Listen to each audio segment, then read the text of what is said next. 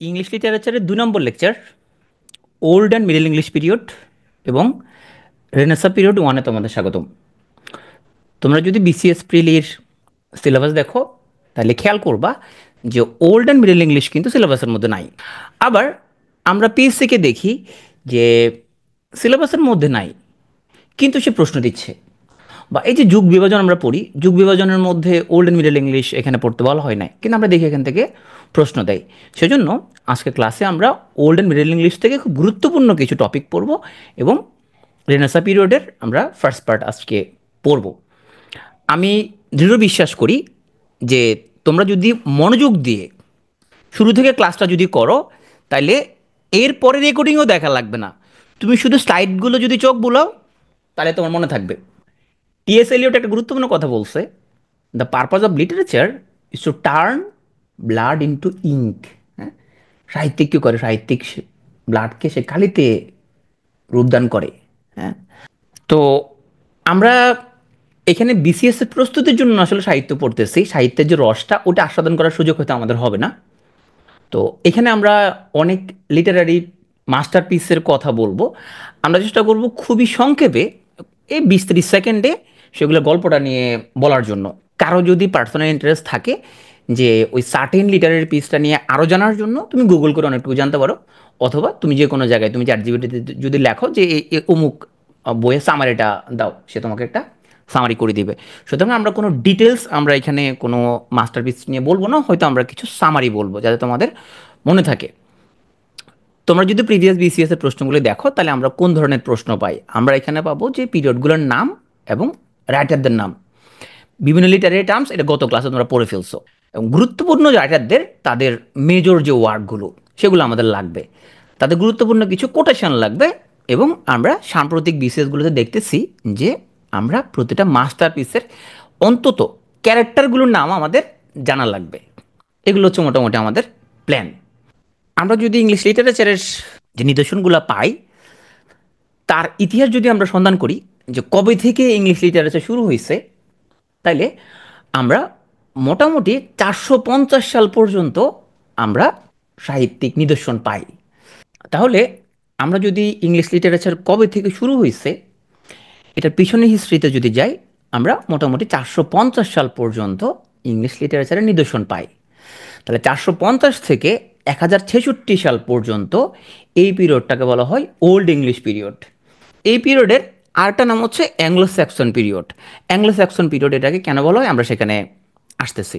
তাহলে ওল্ড ইংলিশের পরে আমরা আসবো মিডল ইংলিশ পিরিয়ড। এটা শুরু হয়েছে 1066 থেকে এবং শেষ হয়েছে 1500 সালে গিয়ে। 1500 থেকে 1660 পর্যন্ত এই পিরিয়ডটাকে বলা হয় রেনেসা পিরিয়ড। রেনেসা পিরিয়ডের আরেকটা নাম হচ্ছে আর্লি মডার্ন পিরিয়ড। সামনে আমরা এগুলো নিয়ে কথা বলবো। এই রেনেসা পিরিয়ডটাকে আবার কিছু শর্টার ভার্সনে এখানে আমরা ভাগ করতে দেখতে পাবো। রেনেসা পিরিয়ডটা খুব গুরুত্বপূর্ণ একটা পিরিয়ড এবং এখান থেকে বিসিএস সিলেবাস শুরু। এই 1500 থেকেই তোমার সিলেবাসটা শুরু হয়েছে। তাহলে আমরা ওল্ড ইংলিশ হচ্ছে 450 থেকে 1066, যার অপর নাম হচ্ছে অ্যাংলো স্যাক্সন পিরিয়ড। 1066 থেকে 1500 পর্যন্ত এটাকে বলা হয় মিডল ইংলিশ পিরিয়ড। 1500 থেকে 1660, এই 160 বছর এটাকে বলা হয় রেনেসা পিরিয়ড। রেনেসা পিরিয়ডের অপর নাম হচ্ছে আর্লি মডার্ন পিরিয়ড। আমরা কিছুক্ষণ পরে তোমাদের একটা কুইজ দিব, সেই কুইজে সবাই পার্টিসিপেট করো এবং পুরো ক্লাস শেষে আবার তোমাদের কাউট হবে। তাহলে রেনেসা পিরিয়ডকে আমরা যদি শর্টার এতে যদি ভাগ করি, প্রথম 58 বছর হচ্ছে প্রিপারেশন অফ রেনেসা। তাহলে 1500 থেকে 58 পর্যন্ত এটা হচ্ছে রেনেসার প্রস্তুতিকালীন সময়। এরপরে রানী এলিজাবেথ সে ক্ষমতা বসছে এবং রানী এলিজাবেথের ক্ষমতা বসার পর থেকে তার একদম ক্ষমতায় থাকা পর্যন্ত পুরো সময়টা এটা বলা হয় the Elizabethan period. Rani Elizabeth যখন ক্ষমতায় ছিল 1558 থেকে 1603 সাল পর্যন্ত। এখন মাঝে মধ্যে পরীক্ষা আসে যে এলিজাবেথান পিরিয়ডটা কত শতকের। হ্যাঁ, দেখো 1501 থেকে শুরু হয়েছে, 16 শতক শুরু হয়েছে, তাই না? 1501 থেকে 16 শতক শুরু হয়েছে। তাহলে 1558 হচ্ছে 16 শতকের দ্বিতীয় ভাগ। তাহলে আমরা বলতে পারি এলিজাবেথান পিরিয়ডটা হচ্ছে 16 শতকের সেকেন্ড হাফ। এরপরে রানী এলিজাবেথের পরে 1603 সালে যে এখানে ক্ষমতায় বসছে আমাদের কিং জ্যাকব, ওই জ্যাকব ভাইয়ের নাম অনুসারে তার আসল নাম হলো জেমস, জেমসকে ল্যাটিনে বলা হয় জ্যাকব। তাইলে সেই আমাদের জ্যাকব ভাইয়ের নাম অনুসারে হয়েছে দ্য জ্যাকোবিয়ান পিরিয়ড। তো এই এলিজাবেথান পিরিয়ডের শেষ দিক থেকে, তার মানে 1590 থেকে জ্যাকোবিয়ান পিরিয়ডের 13 বছর, তার মানে 1603 থেকে 1616। তাহলে আমরা রেনেসাকে ভাগ করতে পারি, প্রথম 58 বছর হচ্ছে রেনেসার প্রস্তুতি, এরপরে 1558 থেকে 1603 পর্যন্ত হচ্ছে রানী এলিজাবেথের শাসনকালীন সময়, ওটাকে বলা হয় দ্য এলিজাবেথান পিরিয়ড। 1603 থেকে 1625 এর মধ্যে কিং জেমস, যার ল্যাটিন নাম হচ্ছে জ্যাকব, তার নাম অনুসারে ওই পিরিয়ডটাকে বলা হয় জ্যাকোবিয়ান পিরিয়ড।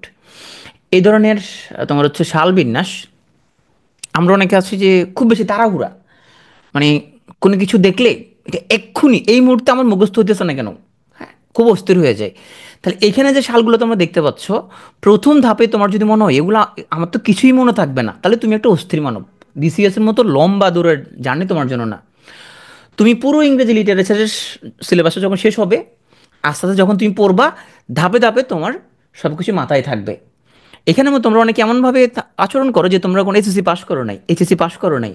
তুমি যখন প্রথমে এসএসসি, যখন তুমি 9-এ যখন উঠছো, তখন তোমার মনে হয়েছে আরে এত বই পুস্তক আমি কেমনে পড়বো। তো ইন্টারে উঠছো তখন মনে হয়েছে আরে এত বই পুস্তক আমি কেমনে পড়বো। যখন ইউনিভার্সিটিতে পড়তেছো তখন মনে হয়েছে এত বই পুস্তক আমি কেমনে পড়বো।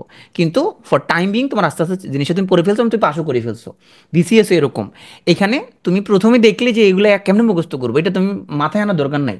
তুমি মনোযোগ দিয়ে এখানে খেয়াল করো আমরা কি বলতেছি, ধৈর্য ধরো, পুরো সিলেবাস শেষ হলো তখন দেখবো অটোমেটিক তুমি এগুলো বলতে পারবা যে কোনটা এখানের মধ্যে কোনটা কত সাল। 1625 সালে একজন রাজা আসছিল, তার নাম হচ্ছে কিং চার্লস। ওই কিং চার্লসের নাম অনুসারে 1625 থেকে 1649 পর্যন্ত এই পিরিয়ডটাকে বলা হয় দ্য ক্যারোলিন পিরিয়ড। তো ওই কিং চার্লসের সময় ওইখানে খুব নৈরাজ্যকর অবস্থা চলতেছিল। তো পরে জনগণ ধরে কিং চার্লসকে ওরে জবাই করে দিছে। তো এরপর থেকে ওরা চিন্তা করলো আমরা কিং চার্লস মাস আমার দরকার নাই, আমরা নিজেরাই হচ্ছে আমরা ডেমোক্রেটিক ওয়েতে দেশ চালাবো।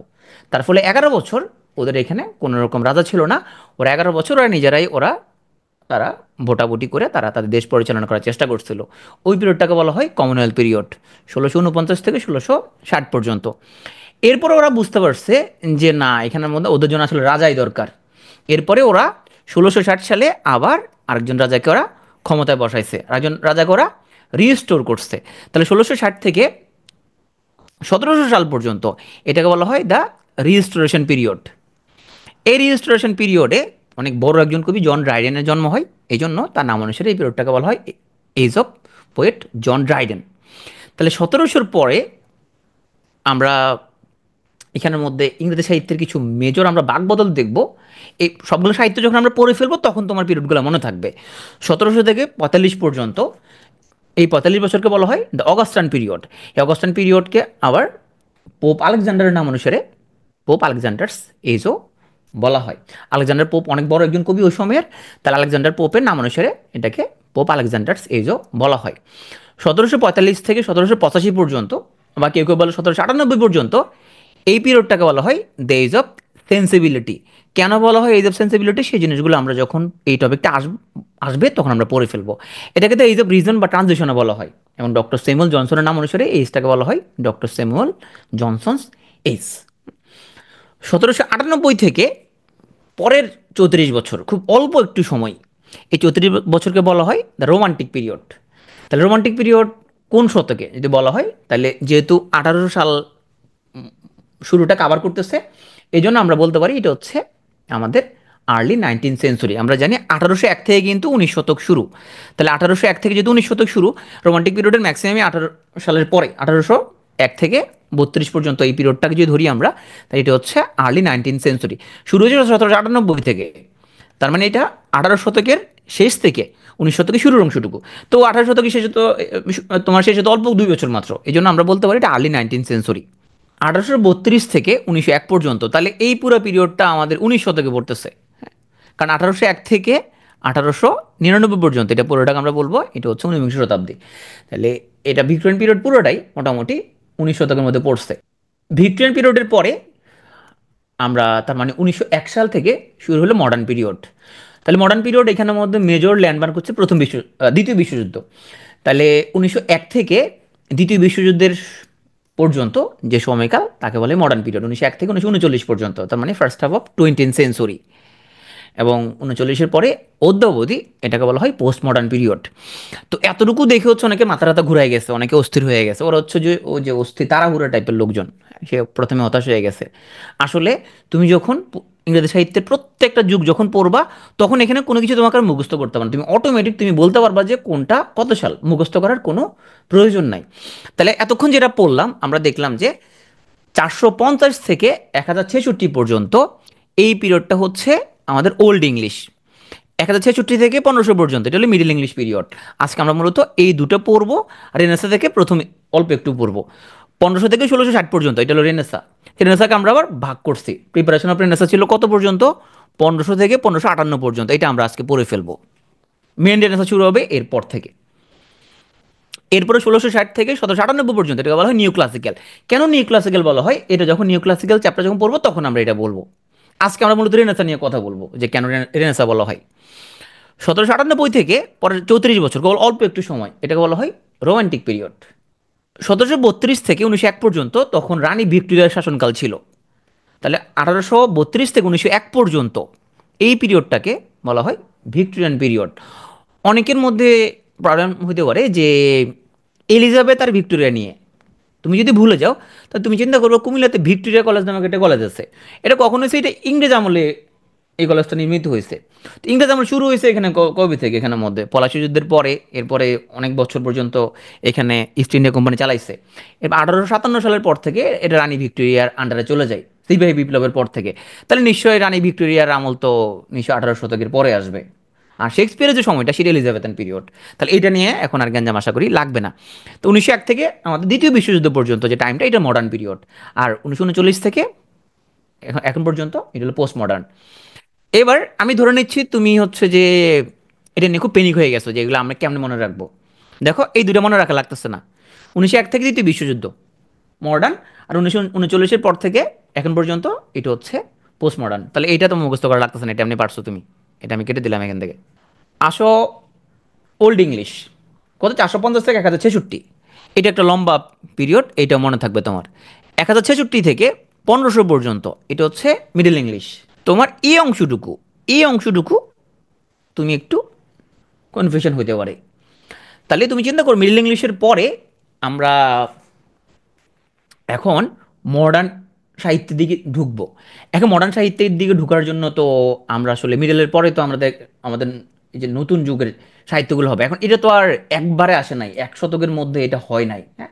এটা একটা প্রস্তুতিকাল লাগবে। এটা হচ্ছে আমরা যে প্রাচীন গ্রিক বা রোমান সাহিত্য যেগুলো, সেগুলো আমরা নতুন করে শুরু করব। মানুষের মধ্যে এনলাইটেনমেন্ট শুরু হইতে হবে। তাহলে মিডল ইংলিশের পরে আমাদের শুরু হবে রেনেসা। ইউরোপে যখন রেনেসা চলতেছিল, ওটা হচ্ছে অনেক লম্বা একটা পিরিয়ড, কত, 160 বছর। রেনেসা অনেক লম্বা পিরিয়ড। এরপরে নিউ ক্লাসিক্যাল, এইটাও মোটামুটি ভালোই লম্বা আছে, 1660 থেকে 1798 পর্যন্ত। এই দুটো অনেক লম্বা পিরিয়ড। হ্যাঁ, ওল্ড মিডল তো অবশ্য লম্বা, কিন্তু আমি রেনেসা থেকে যদি ধরি এখানে 160 বছর, আর এখানে কত, এখানের মধ্যে হচ্ছে 138 বছর। রোমান্টিক খুব ছোট একটা পিরিয়ড, মাত্র 34 বছরের জন্য। এরপরে যদি চিন্তা করি ভুলে যাই এরপরে কোন পিরিয়ড, আমরা চিন্তা করবো যে তখন কার শাসন চলতেছিল, রানী ভিক্টোরিয়ার শাসন। তাহলে এরপরে রানী ভিক্টোরিয়া যেহেতু শাসনকাল, তাহলে এটা ভিক্টোরিয়ান পিরিয়ড। তাহলে দেখো ক্লাসের মধ্যে তোমার কিন্তু এখানের মধ্যে অ্যাটলিস্ট তোমার কয়েকটা যুগ বিভাজন তোমার মাথার মধ্যে কিন্তু ঢুকে গেছে। প্রথমে অনেক হতাশ হয়ে গেছে যে এগুলো কেন মুখস্থ করবো, এগুলো অটোমেটিক তোমার মনে থাকবে। তো আমরা এখন প্রথমে শুরু করব ওল্ড ইংলিশ পিরিয়ড দিয়ে। ওল্ড ইংলিশ পিরিয়ডের অপর নাম বলছিলাম আমরা Anglo Saxon period. Old English পিরিয়ডকে আমরা অপর নাম বলছিলাম অ্যাংলো স্যাক্সন পিরিয়ড। এখন অ্যাংলো স্যাক্সন পিরিয়ড কেন বললাম, দেখো এখানে একটা ম্যাপ আছে। এখানে এদিকগুলো জার্মান, আর এদিক হচ্ছে এখন আমরা যেটাকে ব্রিটেন বলি, এটা হলো আমাদের সেই ব্রিটেন। তাই দেখো জার্মান থেকে অ্যাঙ্গেলস এবং স্যাক্সনরা, এরা আইসা ইংরেজ জাতিকে এখানের মধ্যে এই জায়গার মধ্যে, হ্যাঁ, ওরা হচ্ছে এখান দিয়ে অ্যাটাক দিছে। তাইলে আমাদের এই যে এখানের মধ্যে আমরা দেখব, তাইলে জুট, অ্যাঙ্গলস এবং স্যাক্সনরা জার্মানি থেকে ইংল্যান্ডে আসছে। আইসে তখন ইংলিশ উপজাতি যারা ছিল তখন ওদেরকে পরাজিত করছে, পরাজিত করে ওটা দখল করে ফেলছে। তাহলে ওই সময় থেকে শুরু হইলো অ্যাংলো স্যাক্সন যুগের, ওই অ্যাঙ্গেলস এবং স্যাক্সন যে জাতি তাদের নাম অনুসারে। তাহলে 450 থেকে অ্যাংলো স্যাক্সন যুগ শুরু হয়ে গেল। এই অ্যাংলো স্যাক্সন যুগের গুরুত্বপূর্ণ রাইটারদের আমরা একটু পড়ি।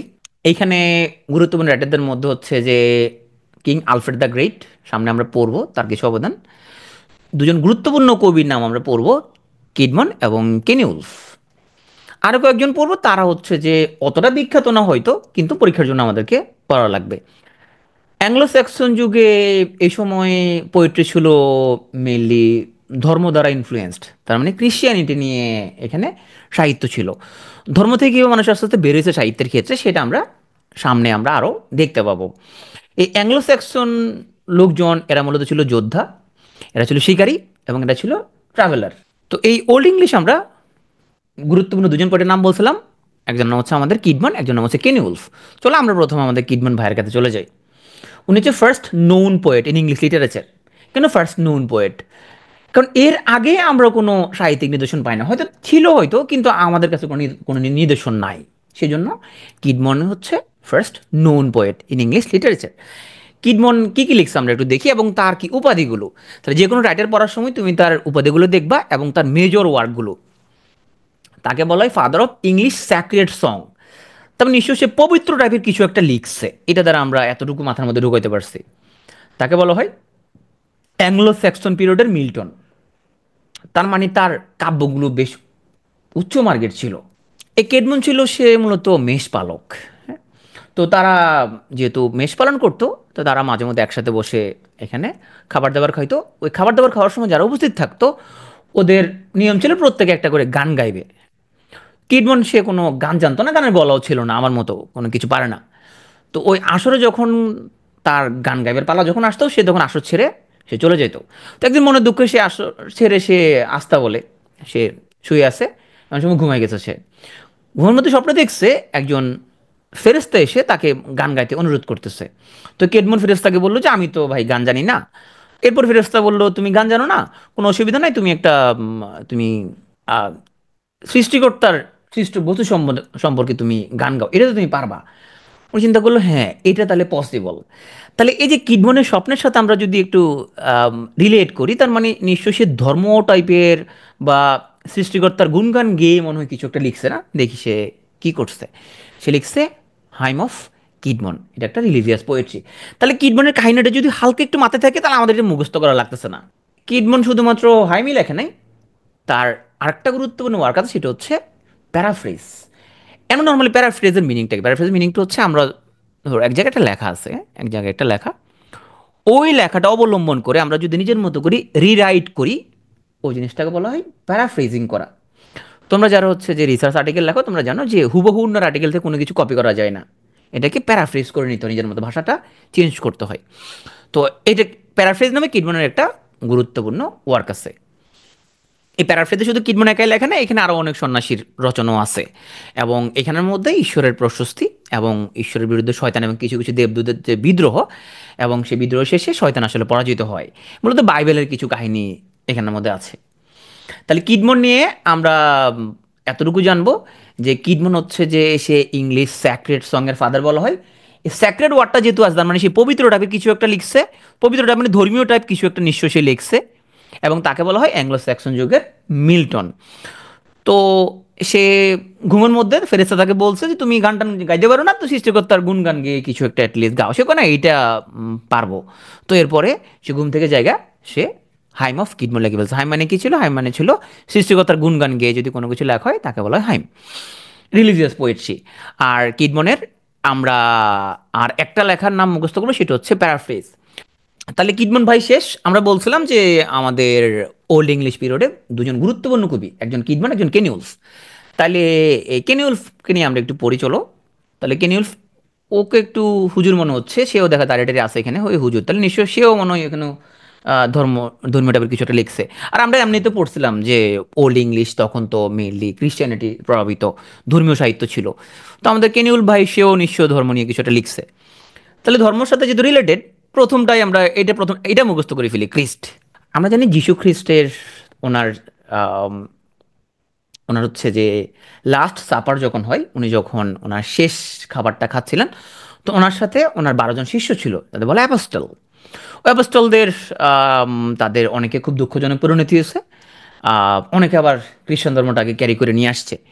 তো ওই অ্যাপোস্টলদের ফেট নিয়ে আমাদের কেনি উলফ ভাই লিখে ফেলছে the Fates of the Apostles. আর জুলিয়ানা নামে ওনার একটা বিখ্যাত কবিতা আছে।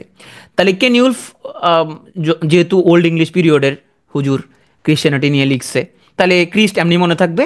এবং ক্রিস্টের 12 জন শিষ্য ছিল, ওদের পরিণতি নিয়ে এসে লিখছে ফেটস অফ দ্য অ্যাপোস্টল। তাহলে এই দুইটা মোটামুটি আমরা মুখস্থ পারবো। আর এখানে কেনি উলফের বিখ্যাত কবিতার নাম হচ্ছে জুলিয়ানা। তাহলে কেনি উলফ শেষ, কিডমনে শেষ, দুজন ডান আমাদের। দেখো মাথার মধ্যে কিন্তু ঢুকে গেছে। অথচ তুমি প্রথম যখন ক্লাসে আসছিলা তুমি কাপাকাপি করতেছিলা যে ভাই এগুলো কি পড়ানো, এগুলো মাথায় ঢুকতেছে না এরকম। আমি জানি তোমার মনের মধ্যে কি হচ্ছিল। এইবার আমরা আরেকজন গুরুত্বপূর্ণ রাইটার, কিন্তু আমরা শুরুতে আমরা ওনার নাম হয়তো বলি নাই, কারণ ওনারা হচ্ছে ওই যে কিডমান আর কেনি উলফের মতো এত বিখ্যাত না, কিন্তু আমাদের ওনারা মোটামুটি বিখ্যাত আর কি। তো এখানে আমরা ওল্ড ইংলিশ পিরিয়ডে যেহেতু আসছি, এই সময় একজন লোক চিন্তা করলো শুধুমাত্র এখানের মধ্যে ধর্ম নিয়ে পড়াশোনা করলে হবে না, আমাদের একটু হিস্ট্রি জানতে হবে, আমাদেরকে একটু ফিলোসফি জানতে হবে। হ্যাঁ, তো এত কিছু যদি, যেহেতু সে জানার ব্যাপারে আমাদেরকে বলতেছে যে তোমরা সবাই শুধু মেষ পালন করলে তো হবে না, একটু পড়াশোনা করতে হবে। এই কথাটা বলছিল সেন্ট ভেনারেবল বেদে। ও, এই তো সেন্ট, তার মানে সে অনেক হুজুর, তার নামের মধ্যে হুজুর আছে, সেন্ট ভেনারেবল বেদে। তাহলে এই যে সেন্ট ভেনারেবল বেদে সে লোকজনকে বলছে তোমরা তো মেষ পালন করলে হবে না, তোমাদের একটু হিস্ট্রি পড়তে হবে, ফিলোসফি জানতে হবে, তোমরা বোকাচোদা হইয়া জীবনযাপন করলে তো হবে না। তো ওই জন্য ওকে আমরা বলছি যে সে হচ্ছে ফাদার অফ ইংলিশ লার্নিং। হ্যাঁ, লোকজনকে পড়াশোনার গুরুত্ব নিয়ে বলছে সে। সে বললো দেখো আমাদের ইতিহাস না জানলে কিন্তু হবে না, যে নিজ জাতির ইতিহাসটা জানতে হবে। যেহেতু ইতিহাস জানার কথা সে বলছে, এবং সে একটা বই লিখে ফেলছে ইংলিশ পিপলদের ইতিহাস নিয়ে, আমরা নিজের ইতিহাস ভুলে গেলে তো হবে না। ওই জন্য ওকে আমরা বলছি first historian in English language. হ্যাঁ, আবার সে চার্চের কিছু উন্নতিও করছে মোটামুটি। তো চার্চ খুশি হয়ে উন্নতি করছে, মানে চার্চ বানা দিছে এরকম না, এখানে চার্চের মধ্যে নিয়ম কানুন, হ্যাঁ, জনগণের সাথে চার্চের রিলেশনশিপ, তারপরে সে এখানের মধ্যে ধর্মের মধ্যে এখানে গুরুত্বপূর্ণ কিছু অবদান রাখছে। সেই জন্য তাকে বলা হয়েছে doctor of the church. Doctor of church মানে সে চার্চের ডাক্তার এরকম না, তাকে এটা সম্মানসূচকভাবে ডক্টর অফ দ্য চার্চ উপাধি দেওয়া হয়েছে। তাহলে সেন্ট ভেনারেবল বেদে লোকজনকে বলছে যে তোমরা ভাই এরকম মেষ পালন করলে হবে না, পড়াশোনা একটু করতে হবে। তো এই জন্য তাকে বলা হয় ফাদার অফ ইংলিশ লার্নিং। সে প্রথম ইতিহাসবিদ এবং তাকে ডক্টর অফ দ্য চার্চও বলা হয়। তো ইতিহাসবিদ আমরা ওকে বলে ফেলছি, কি লিখছে সে? সে লিখছে ecclesiastical history of the English people. এই গ্রন্থের কারণেই তাকে ডক্টর অফ দ্য চার্চ উপাধি দেওয়া হয়। তো আমরা তাহলে হুজুর আমাদের সেন্ট ভেনারেবল বেদেরকে আমরা পড়ে ফেলছি। আমরা এখন আমরা একজন রাজাকে পড়ব। এই রাজার নাম হচ্ছে কিং আলফ্রেড দ্য গ্রেট। সে হচ্ছে ওয়েসেক্সের কিং। তো এতক্ষণ যাদেরকে পড়লাম আমরা, আমাদের কেনি উলফ, আমাদের কিডমন, ওনারা মেনলি কবিতা লিখছে, পদ্য লিখছে। ওনারা মেনলি লিখছে পদ্য। এখন এরকম ছন্দ পদ্য ওলা, এটা আবার একটু কম ভালো লাগতেছে। একজন লোক বললো ভাই এরকম পদ্য জিনিসটা পড়তে তো ভালো লাগতেছে না, এত ছন্দ টন্দ এত কিছু ভাই ঝামেলা, একটু গদ্য লেখা দরকার। তো সে কি করছে, সে অ্যাংলো স্যাক্সনরা যখন ইংল্যান্ড দখল করছে এরপর থেকে অ্যাংলো স্যাক্সনদের তাদের ইতিহাস লিখছে সে, গদ্য ভাষায় লিখছে সে। এটা কি লিখলো সে? Anglo Saxon ক্রনিক্যাল। ক্রন মানে টাইম, তো সময় অনুযায়ী সে কখন কি ঘটছে এইটা সে লিপিবদ্ধ করছে। এই অ্যাংলো স্যাক্সন ক্রনিকল এটা লেখার জন্য এটা গদ্য ভাষায় লিখছে সে, প্রজ। এটা তাকে বলা হয় ফাউন্ডার অফ ইংলিশ প্রজ। আমরা এর আগে কেনি উলফ কিডম্যান এরা ছিল কবি, এখন আমরা একটু গদ্য পেয়ে গেলাম। এই অ্যাংলো স্যাক্সন ক্রনিকলটাই হচ্ছে first monument in the English prose, ইংরেজি গদ্যের আদি নিদর্শন। তার মানে বাংলা বলো আর ইংরেজি বলো সব লিটারেচারেই তোমার আদি আমলে সাহিত্য ছিল মেইনলি পদ্য, মেইনলি ছিল পদ্য, ছন্দের মাধ্যমে, অন্তমিলের মাধ্যমে। কিন্তু গদ্যটা হচ্ছে আধুনিক নিদর্শন। তাহলে গদ্যটা পরে আসছে, আগে আসছে পদ্য। তখন মানুষ ছন্দে ছন্দে এরকম, হ্যাঁ, কথা বলতে মনে পছন্দ করতো, বা ওইটাই ছিল ওদের আমলে, যে এটাই ছিল সাহিত্য, যে তুমি এরকম ছন্দের মাধ্যমে লিখতে হবে।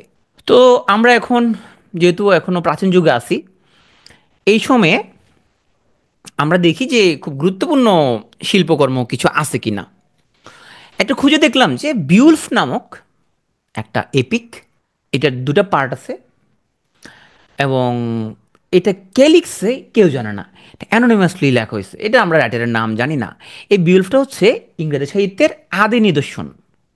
তাহলে আমরা এটাকে বলবো আর্লিয়েস্ট এপিক ইন ইংল্যান্ড। রাইটারের নাম কি আমরা জানি না, অ্যানোনিমাসলি এটা লেখা হয়েছে। এর কাহিনী তোমার মুখস্থ করতে হবে না, কাহিনী জানাও লাগবে না তোমার, জাস্ট এতটুকু জানো যে তখন তোমার হচ্ছে যে রদগার নামক এক যে রাজা ছিল, ডেনমার্কের রাজা ছিল, রাজার নাম হচ্ছে রদগার। নাম ভুলে গেলে কোনো সমস্যা নাই, জাস্ট কাহিনীটা জানো। তো সে একটা প্রাসাদ বানাইছে, প্রাসাদের নাম হচ্ছে হিওরত প্রাসাদ।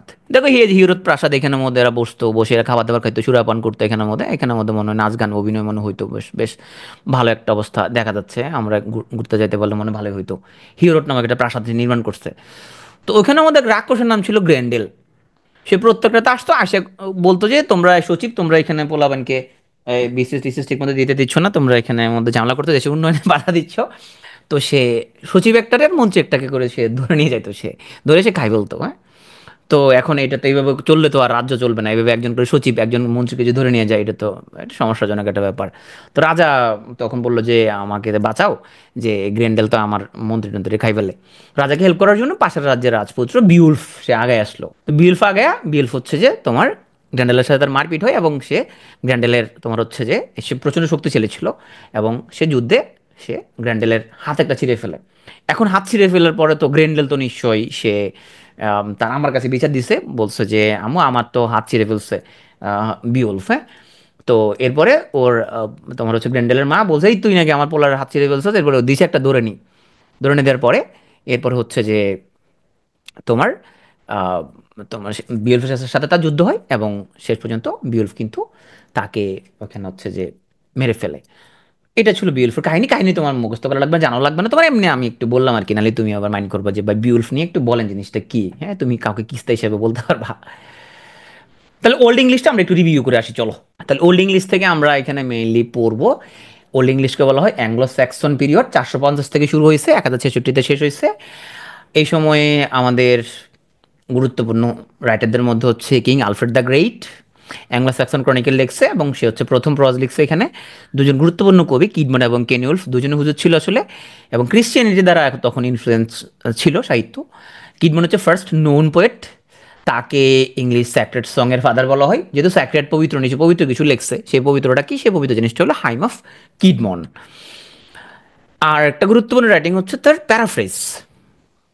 এরপর আমরা কেনিউলফের কাছে চলে আসছি, কেনিউলফ সেও হুজুর ছিল, সে লিখছে ক্রিস্ট এবং the Fates of the apostle, এবং তার একটা বিখ্যাত কবিতার নাম হলো জুলিয়ানা। এরপর আমরা আরেকজন হুজুরের কাছে চলে আসছি, মোটামুটি সবাই হুজুর এই সময়ে, ওর নাম হলো সেন্ট ভেনারেবল বেদে। এবং সে বলছে যে তোমরা একটু পড়াশোনা করো, তোমরা আসলে হিস্ট্রি জানো, ফিলোসফি জানো, লোকজনকে এটা বলার কারণে আমরা ওকে বললাম যে সে ইংলিশ লার্নিং এর ফাদার। আবার চার্চের মধ্যে কিছু অবদান রাখছে, সে ধর্মের মধ্যে কিছু অবদান রাখছে, এই জন্য তাকে বলা হয় ডক্টর অফ দ্য চার্চ। এবং সে ইংলিশ ল্যাঙ্গুয়েজের প্রথম হিস্ট্রি তোমার হচ্ছে যে রচনায় নেতৃত্ব দিচ্ছে, এবং তার বইয়ের নাম হচ্ছে ecclesiastical history of the English people. এই গ্রন্থের কারণে ওনাকে বলা ডক্টর অফ দ্য চার্চ। তারপরে আমরা একটু পদ্য থেকে বেরিয়ে গদ্যের দিকে আসছি, এবং গদ্য প্রবর্তন করছে কিং আলফ্রেড দ্য গ্রেট, সে ওয়েসেক্সের কিং ছিল। কোথায় কিং ছিল এটা তোমার মুখস্থ করতে হবে না, এমনি জানো ও হলো যে ফাউন্ডার অফ দ্য ইংলিশ প্রস। কি লিখছে সে অ্যাংলো স্যাক্সন ক্রনিকল লিখছে।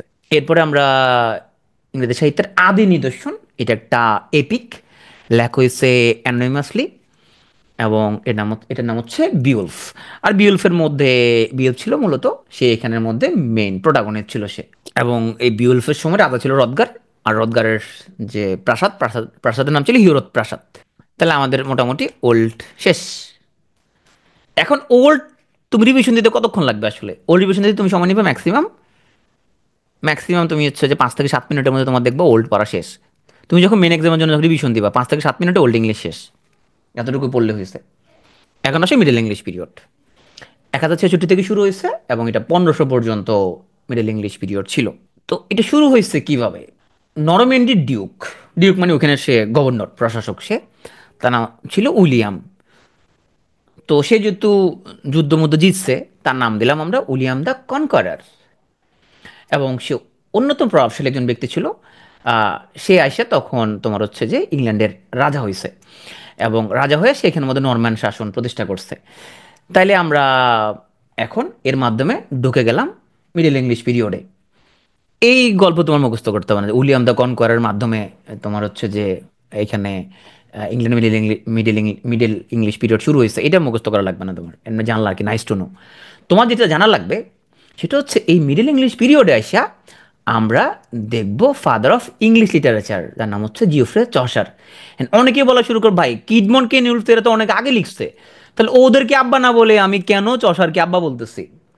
এখন ওদের ইনফ্লুয়েন্সটার থেকে চসারের ইনফ্লুয়েন্স অনেক বেশি, চসার আরো অনেক বেশি প্রভাবশালী। সেজন্য আমরা চসারকে আব্বা বললাম, ওদেরকে আমরা হয়তো তোমার হচ্ছে যে কাকা বা জ্যাঠা এরকম কিছু একটা বলতে পারি, ও আব্বা, কারণ ও সবচেয়ে বেশি ইনফ্লুয়েন্সিয়াল। এই জন্য ওল্ড ইংলিশ আমরা কিডমন কেনিউলফকে দেখলেও তাদেরকে আমরা আব্বা বলে আর স্বীকৃতি দেই নাই। আব্বা বললাম কাকে? আমরা চসারকে আমরা আব্বা বলছি। মধ্যযুগে এসে আমরা আব্বাকে খুঁজে পেয়েছি। তো এই আব্বাটা হচ্ছে ফাদার অফ ইংলিশ লিটারেচার, সে যার নাম হলো জিওফ্রে চসার, এবং তাকে বলা হয় ইংলিশ মডার্ন পোয়েট্রিরও ফাদার। হ্যাঁ, তাহলে মডার্ন ইংলিশ পোয়েট্রিরও ফাদার আর ইংলিশ লিটারেচারের সে ফাদার। তাহলে আমাদের কিডমন কেনিউলফ ওরও আসলে লিখছে, ভালো লিখছে ওরা, কিন্তু ওদের প্রভাবের তুলনায় চসারের প্রভাব অনেক বেশি। চসারের আর কি কি, যেহেতু সে আব্বা না, আব্বার তো এখানে মধ্যে ওর গুণাবলীগুলো যদি না জানি তো সমস্যা হবে, এটা আবার সে মাইন্ড করতে পারে। সে ছিল তখন কবি এবং ছিল সে বিসিএস ক্যাডার, ফরেন ক্যাডার ছিল সে। একই সাথে হচ্ছে পোয়েট এবং ডিপ্লোমেট, বাহ, অনেক কোয়ালিটি আছে দেখা যাচ্ছে। জাতীয় কবি ছিল, চিন্তা করো, সে সে কবি, আবার ফরেন ক্যাডারে চাকরি করতো সে, আবার জাতীয় কবি ছিল, ফার্স্ট ন্যাশনাল পোয়েট ছিল ইংল্যান্ডে সে। আবার সে মোটামুটি তোমার মজা টজাও করতো, সে একদম ধরো এরকম চেহারাটায় দেখো, চেহারা একটু দেখলে ইয়ে মনে হইলো সে মোটামুটি মজার লোকই ছিল, সে একটু হিউমারও জানতো, সে ফার্স্ট হিউমারিস্ট ইন ইংলিশ লিটারেচার। তো এলো আমাদের চসার। চলো আমরা চসারের সাহিত্যে একটু চষে বেড়াই। বেশি চষে বেড়াবো না, আমরা অল্প একটু জানলে হবে। আমরা তিনটা তার মেজর ওয়ার্ক জানলে হবে। কি কি তিনটা মেজর ওয়ার্ক? ক্যান্টারবারি টেলস সবচেয়ে বিখ্যাত, দ্য বুক অফ ডাচেস এবং ট্রয়লাস অ্যান্ড ক্রাইসিডি, এই তিনটা জানলে হবে। এটা ছাড়া আমরা হচ্ছে পার্লামেন্ট অফ ফলস, এটা আমরা একটু হালকা করে একটু জেনে নিব। তা এই তিনটা আমরা প্রথমে জানবো, কি? The Canterbury Tales, the Book of Duchess এবং ট্রয়লাস অ্যান্ড ক্রাইসিডি। তো ক্যান্টারবারি টেলস, এই বইয়ের মধ্যে মোট 24টা গল্প আছে। 24টা কেন, এখানে আরো বেশি থাকার কথা ছিল। আসলে তোমার তখন একজন আর্টস বিশপ ছিল, মানে তোমার চার্চের যে প্রধান, আর্চ বিশপ থমাস বেকেট। তো ওর লগে রাজা সেকেন্ড হেনরির লোক একটু ঝামেলা হয়েছে। ঝামেলা হওয়ার পরে তো সেকেন্ড হ্যান্ড যে ওকে সানডে মানডে ক্লোজ করে দিছে। তো ক্লোজ করে দেওয়ার কারণে এখন হচ্ছে যে তখন তার তো ভক্তরা আছে, তো ভক্তরা চিন্তা করলো তার বিধিহাতার প্রতি সম্মান জানানোর জন্য তারা ক্যান্টারবারি যে চার্চ সেখানে তারা মিলিত হবে। তো ওখানে যাওয়ার জন্য এই তীর্থযাত্রার পথে সবাই যে যাবে, অনেক দূর থেকে তো লোকজন আসবে, তো এখন তো সময় কাটাইতে হবে, ওরা পথে যেতে যেতে ওরা প্রত্যেকে 4টা করে গল্প বলতে হবে। হ্যাঁ, 2টা যাওয়ার সময় বলবো, 2টা আসার সময় বলতে হবে। মোট 30 জন লোক ছিল। তো সেই হিসেবে 4টা করে হলে 120টা গল্প হওয়ার কথা ছিল। কিন্তু ওখানের মধ্যে আমার মধ্যে কিছু লোক ছিল যারা গল্প গল্প পারতো না তেমন একটা, এই জন্য ওরা আসলে 120টা বলতে পারে নাই, মোট 24টা বলতে পারছে। আহ, এই জন্য ক্যান্টারবারি টেলসের মধ্যে মোটামুটি 24টার মতো এখানে গল্প লিপিবদ্ধ আছে। এটা হলো জিওফ্রে চসারের সবচেয়ে বিখ্যাত বই। এই থমাস ব্যাকেট হচ্ছে এই ক্যান্টারবারি ক্যাথেড্রাল শ্রাইনে শুয়ে আছে, এইটা হলো মাজার। হ্যাঁ, যে যাকে তোমার রাজা সেকেন্ড হ্যান্ডি মারে ফেলছিল, এটা তার মাজার। The Book of the duchess, এটা আরেকটা বিখ্যাত ওয়ার্ক তার। এটা কোন ধরনের সাহিত্যকর্ম? এটা একটা এলিজি, শোকগাথা। এবং দ্য বুক অফ দ্য ডাচেসের মাধ্যমেই প্রথম চসারের আবির্ভাব ঘটে অ্যাজ এ মেজর পয়েট। এর আগে অবশ্যই লিখছে, কিন্তু মানুষ যখন দেখলো যে একটা এলিজি লেখা, এত সুন্দর একটা এলিজি লিখছে, এরপর মানুষ চিন্তা করলো না, ও আসলে তো অনেক বড় কবি। তো আবার ফরেন ক্যাডার ডিপ্লোমেট সে, তাহলে একটা কাজ করা যাক, ওকে তাহলে আমরা জাতীয় কবি বানা দিই, যেহেতু আর অত বড় কবি নাই, তাহলে ওকে আমরা ন্যাশনাল পোয়েটও বানাই দিছি। ট্রয়লাস অ্যান্ড ক্রাইসিডি, এটা খুবই দুঃখজনক একটা তোমার হচ্ছে যে কাব্য। এই দুঃখজনক কাব্যের মধ্যে সে রাইম রয়্যাল স্ট্যান্জা ব্যবহার করে। স্ট্যান্জা মানে কি? পংক্তি, স্তবক। হ্যাঁ, এটা স্তবক, কবিতার মধ্যে স্তবক থাকে না? রয়্যাল মানে রাজকীয়, তবে রাজকীয় স্তবক সেখানে ব্যবহার করছে। রাজকীয় স্তবকটা কি জিনিস, এটা তোমার মুখস্থ করতে হবে না, just nice to know, just nice to know. তাহলে এটা এক ধরনের বিশেষ ধরনের স্টানজা, 7টা লাইন থাকে। সেই 7 লাইনের মধ্যে অন্ত মিল হচ্ছে প্রথম লাইনের সাথে তৃতীয় লাইনের মধ্যে মিল থাকবে, এই দেখো, দেয়ার এবং টিয়ার। তারপরে তোমার হচ্ছে যে দ্বিতীয় চতুর্থ পঞ্চম লাইনের মধ্যে মিল থাকবে, দেখো, লাইফ, ওয়াইফ, স্ট্রাইফ। শেষ 2 লাইনে মিল থাকবে, লাইট, নাইট। এটা হচ্ছে রয়্যাল রাইম। তো এটা উইলিয়াম শেক্সপিয়ারের রয়্যাল রাইম যদিও। তো এটা আমাদের কি হলো, আমাদের এর ট্রয়লাস অ্যান্ড ক্রাইসিডের মধ্যে কিন্তু এর রাইম রয়্যাল স্ট্যান্জা ব্যবহার করা হয়েছে। এই রাইম রয়্যালের মধ্যে আরেকটা বৈশিষ্ট্য আছে, সেটা হচ্ছে এখানের মধ্যে আয়াম্বিক পেন্টামিটার থাকবে। এই আয়াম্বিক পেন্টামিটার কি জিনিস, এইটাও নাইস টু নো, এইটাও তোমার পরীক্ষা আসবে না, জাস্ট তুমি জেনে রাখো যে এটা জিনিসটা কি। হ্যাঁ, তাহলে আয়াম্প এবং পেন্টা মানে 5, এটা সবাই জানো। হ্যাঁ, মিটার মানে হচ্ছে যে জায়গায় স্ট্রেস দিতে হবে। তা আয়াম মানে আবার কি জিনিস? হ্যাঁ, আয়াম মানে হচ্ছে আমরা যখন তোমার আবৃত্তি করব, আমরা যখন অভিনয় করব কোথাও, কিভাবে আমরা উচ্চারণ করব, কোন জায়গায় স্ট্রেস দিব এবং কোন জায়গায় আনস্ট্রেস দিব, এটার নিয়ম। তাইলে আমরা যখন বলবো বিলিভ, লিভের মধ্যে আমরা জোর দিলাম, রিল্যাক্স, লাক্সের মধ্যে জোর দিলাম, এলুন, এলুনের মধ্যে জোর দিলাম, তাহলে এর উপর জোর দিই নাই, লোনের উপর আমরা জোর দিছি, এই যে স্ট্রেস দিছি এবং এটাতে স্ট্রেস দেয় না, এটাতে স্ট্রেস দিছি, এইটা মিলে এই এলুন একটা আয়াম বসছে, রিল্যাক্স একটা আয়াম বসছে, বিলিভ আর একটা আয়াম বসছে। এরকম এক লাইনের মধ্যে 5টা আয়াম দিলে তাকে বলা হয় iambic pentameter. Nice to know. যেমন আমরা এই লাইনটা কেমনে পড়বো, বাট সফট, তাহলে সফটের মধ্যে জোর দিচ্ছি। হোয়াট লাইট, লাইটের মধ্যে জোর দিচ্ছি। থ্রো ইয়ন্ডার, থ্রো ইয়ন্ডার, ইয়নের উপর জোর দিচ্ছি, হ্যাঁ। উইন্ডো, উইনের উপর জোর দিচ্ছি, হ্যাঁ। ব্রেক্স, তাহলে এখানে আমরা বাট সফটের মধ্যে, এখানের মধ্যে বাটের উপর আমরা জোর দিই না, সফটের উপর জোর দিচ্ছি, বাট সফট। হোয়াট লাইট, লাইটের উপর জোর দিলাম, এখানে ইয়নের উপর জোর দিলাম, এবার ডাটা আসতে বলছি। এবার উইন্ডোর মধ্যে উইনের উপর জোর দিচ্ছি, ডোর উপরে আমরা জোর দিই নাই, এবং ব্রেক্সের মধ্যে জোর দিচ্ছি। তাই দেখো এই যে এক জোড়াকে বলা হয় একটা আয়াম্প, এক জোড়াকে বলা হয় একটা আয়াম্প। তাইলে এখানে 5 জোড়া আছে, 5 জোড়াকে বলা হয় আয়াম্বিক পেন্টামিটার। শেক্সপিয়ারের সাহিত্যের মধ্যে এরকম আয়াম্বিক পেন্টামিটার দেখা যায়। তাই সামনে আমরা যখন আয়াম্বিক পেন্টামিটারের কথা বলবো, তুমি তখন এটা বলার দরকার না যে ভাই আয়াম্বিক পেন্টামিটার কি জিনিস আমি বুঝি নাই, হ্যাঁ। এখন আশা করি বুঝতে পারছো। তো আমি যেহেতু প্রথমে বলছিলাম এটা একটা দুঃখজনক একটা রচনা। আমাদের আমাদের ট্রয়লাসের, ট্রয়লাস হলো সে রাজা প্রিয়ামের পোলা, এবং ট্রয়ের রাজপুত্র ছিল। সে মেয়েদের দেখতে পারতো না, সে মেয়েদের সংস্পর্শে সে যাইতো না। কিন্তু তোমার ক্রেসিটাকে দেখে হচ্ছে ওর অনেক পছন্দ হয়ে যায়, ক্রেসিটার প্রেমে পড়ে যায়। কিন্তু ক্রেসিটা আসলে তার কথা রাখে নাই, এবং কথা না রাখা ক্রেসিটা হচ্ছে আরেকজনকে বিয়ে করে ফেলছে। এবং ট্রয়লাস তো সে ভালো ছিল, আগে মেয়েদেরকে পছন্দ করতো না, তাকে এরকম প্রেম টেম করাইলো, সব প্রেম শিখায় আসে, কোথায় যেন চলে গেল। এভাবে তাকে দুঃখ দিয়ে তোমার হচ্ছে ক্র্যাসিডি সে আরেক জায়গায় চলে গেছে। তো এই দুঃখজনক কাহিনী নিয়ে আমাদের ট্রয়লাসেন ট্র্যাজেডি।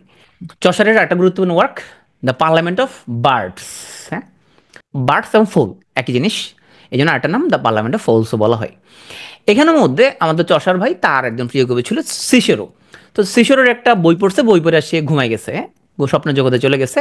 স্বপ্নের জগতে সিসেরো আসলো, আবির্ভূত হইলো হইয়া কবিকে নিয়ে। সে একটা দেবী ভেনাস, সে খুবই সুন্দর, এবং দেবী ভেনাসের মন্দিরে গেছে। ওখানে কিউপিড সে আরও সুন্দর, হ্যাঁ। এবং কিউপিড এবং ভেনাসকে দেখলো, দেখলো যে যে তোমার হচ্ছে যে এখানে প্রকৃতি দেবী পক্ষীকুলদের প্রধানদের নিয়ে একটা সভা আহ্বান করছে, মিটিং করতেছে, যে পাখির সবাই, বিভিন্ন পাখি আছে না, পাখিদের নেতাকে নিয়ে। উদ্দেশ্য হইলো যে এই সবাই স্থির করা হবে যে তোমার হচ্ছে যে এই প্রকৃতি দেবী তার হাতে যে ইগল পাখিটা আছে, ইগল পাখির ভালোবাসার পাত্রী, মানে ইগল পাখিকে যে বিয়ে দিবে, এবং পাত্রের নির্বাচন করা হবে। তো এই জন্য সে মিটিংটা এখানের মধ্যে ডাকছিল। এই মিটিংয়ের মধ্যে আসলে পাখিরা যে তর্ক বিতর্ক শুরু করছে, হ্যাঁ, বেগুর মতো যে তর্কাতর্কি শুরু করছে, এবং এরা গালাগালি শুরু করছে, এই যে এখানের মধ্যে এই ব্যঙ্গ বিদ্রুপপূর্ণ কাহিনী নিয়ে পার্লামেন্ট অফ ফলস। তো আমরা আগে বলছিলাম আমাদের চষার ভাই সে ফরেন ক্যাডার হইলেও তার মধ্যে যথেষ্ট হিউমার ছিল, এবং হচ্ছে যে অনেক উচ্চ পর্যায়ের কবি সে, কিন্তু একটু সে মজার লোক ছিল, এই জন্য তাকে বলে ফার্স্ট হিউমারিস্ট। কারণ পার্লামেন্ট অফ ফলস এখানে তো সে একটু মজাও করছে, আমরা বেশ মজা দেখলাম। ট্রয়লাস অ্যান্ড ক্রাসিডার মধ্যে আমরা একটু দুঃখ পাইছি, আমাদের ট্রয়লাস ভাই ওকে প্রেম শিখায়া ক্রাসিডা কোন জায়গায় জানি চলে গেছে, এইসব করা আসলে ঠিক না। তো যাই হোক, আমরা এখন দুঃখ ভারাক্রান্ত হৃদয়ে আমরা আমাদের উইলিয়াম ল্যাংল্যান্ডের কাছে যাই। ল্যাংল্যান্ড ভাই এখন আমাদের ল্যাং না মারলে হয়, দেখি সে কী করছে। সে বললো বিড়ালের গলায় ঘন্টা বাদ বেঁকে, তার বিখ্যাত ডায়লগ। দেখি ল্যাংল্যান্ড ভাই কিছু একটা লিখছে কিনা। সে একটা বিখ্যাত রচনা লিখছে, ভিশন অফ পায়ার্স প্লাউম্যান। এইটাও দেখে এরা শুধু স্বপ্ন দেখতো মনে হয়, এরা প্রচুর পরিমাণে সম্ভবত সবজি টবজি খাইতো, এই জন্য প্রচুর স্বপ্ন দেখতো, স্বপ্নের মধ্যে ওরা সব পাওয়া যেত, হ্যাঁ, স্বপ্নে প্রাপ্ত কবিতা। অনেকে স্বপ্নের ওষুধ পায়, ওরকম ওরা কবিতা পাইতো স্বপ্নে। তো এই যে ভিশন অফ পায়ার্স প্লাউনের মধ্যে এখানে তোমার উইলিয়াম নামক একজন ব্যক্তি, সে হচ্ছে যে প্রধান চরিত্র আর কি স্বপ্নের মধ্যে, হ্যাঁ। তো সেই স্বপ্নে তোমার প্লাউম্যান মানে কৃষক, প্লাউম্যান মানে হচ্ছে কৃষক, কৃষকের নাম ছিল পায়ার্স। ওই পায়ার্স হচ্ছে তোমার আম, সে খুব সরল এবং ন্যায়পরায়ণ একজন মানুষ, যে কৃষিও মূল্যবোধের সে প্রতীক। এবং উইলকে বলে, উইল তুমি সবসময় সত্যের পথে চলবা, হ্যাঁ, তুমি হচ্ছে যে বেগানা নারীদেরকে ফ্রেন্ড রিকোয়েস্ট দেওয়ার দরকার নাই, সবসময় তুমি হচ্ছে যে বিয়ে শাদী করে বউর সাথে প্রেম টেম করবা, এবং তুমি সঠিক পথে চলার জন্য আধ্যাত্মিক সাধনা তোমার দরকার হবে, এবং সঠিকভাবে তুমি জীবনযাপন করবে, হোয়াটসঅ্যাপে বেশি চ্যাটেড করবে না, তাকে ভালো ভালো কথা বলছে। তো এখানে আসলে রূপকের মাধ্যমে তোমার আমাদেরকে আমাদের ল্যাংলেন ভাই সে আমাদের কিছু সরল সহজ পথে চলার জন্য সে আমাদেরকে এখানের মধ্যে বলছে। এটা এলিগোরিক্যাল পোয়েম। আবার এখানের মধ্যে হুজুরদের ভণ্ডামি টন্ডামিও নিয়ে কিছু কথাবার্তা বলছে, বলছে হুজুরেরা এত কথা বলে মানুষকে, আবার তারা রাশ্মিকা মান্দানার আবার ইয়েও দেখে, মুভিও দেখে, মুভি না দেখলে আবার তোমার হচ্ছে রাশ্মিকা মান্দানা সুন্দরী নারী সে কেমনে বুঝছে, নিশ্চয় সে দেখে। আবার নিশ্চয় সে তারা গান টান শুনে, নাহলে তারা ওয়াজের মধ্যে গান টান কেমনে করে, বলছে হুজুরদেরকে বলছে যে আপনারা এগুলো করছেন, এগুলো ঠিক না। এবং প্লাউম্যান হুজুরদের বলছে আপনারা এরকম রাশ্মিকা মান্দানা টান্দানা দেখার দরকার নাই ভাই, আপনারা সঠিক পথে চলেন। তো এটা এলিগোরিক্যাল পোয়েম, আবার এটা স্যাটায়ারও। এই জন্য তুমি এটা স্যাটায়ারও, আবার এটা এলিগোরিও। বিশ্বনাথ পায়ার্স প্লাউম্যান এটা হচ্ছে আমাদের ল্যাংল্যান্ডের একটা একটা পারলে হবে তোমার। তার মানে ল্যাংল্যান্ড ভাই এখানে হুজুরদের একটু ল্যাঙ্গো মারার চেষ্টা করছে, বলছে হুজুররা এখানের মধ্যে যেগুলো করছে, যে এই কাজগুলো করাটা ঠিক না। তো আমাদের এখন আরেকজন হুজুরের কাছে আসবো, তার নাম হলো জন ওয়াইক্লিফ। উনি আরো অনেক বড় হুজুর, দেখো অনেক বড় বড় দাড়ি, তার অনেক বড় দাড়ি আছে, তার টুপিও আছে মোটামুটি, ও আরো অনেক বড় হুজুর সে। এবং সে হচ্ছে তোমার, তার অনেক বড় অবদান আছে, দেখি কি অবদান আছে তার এরকম।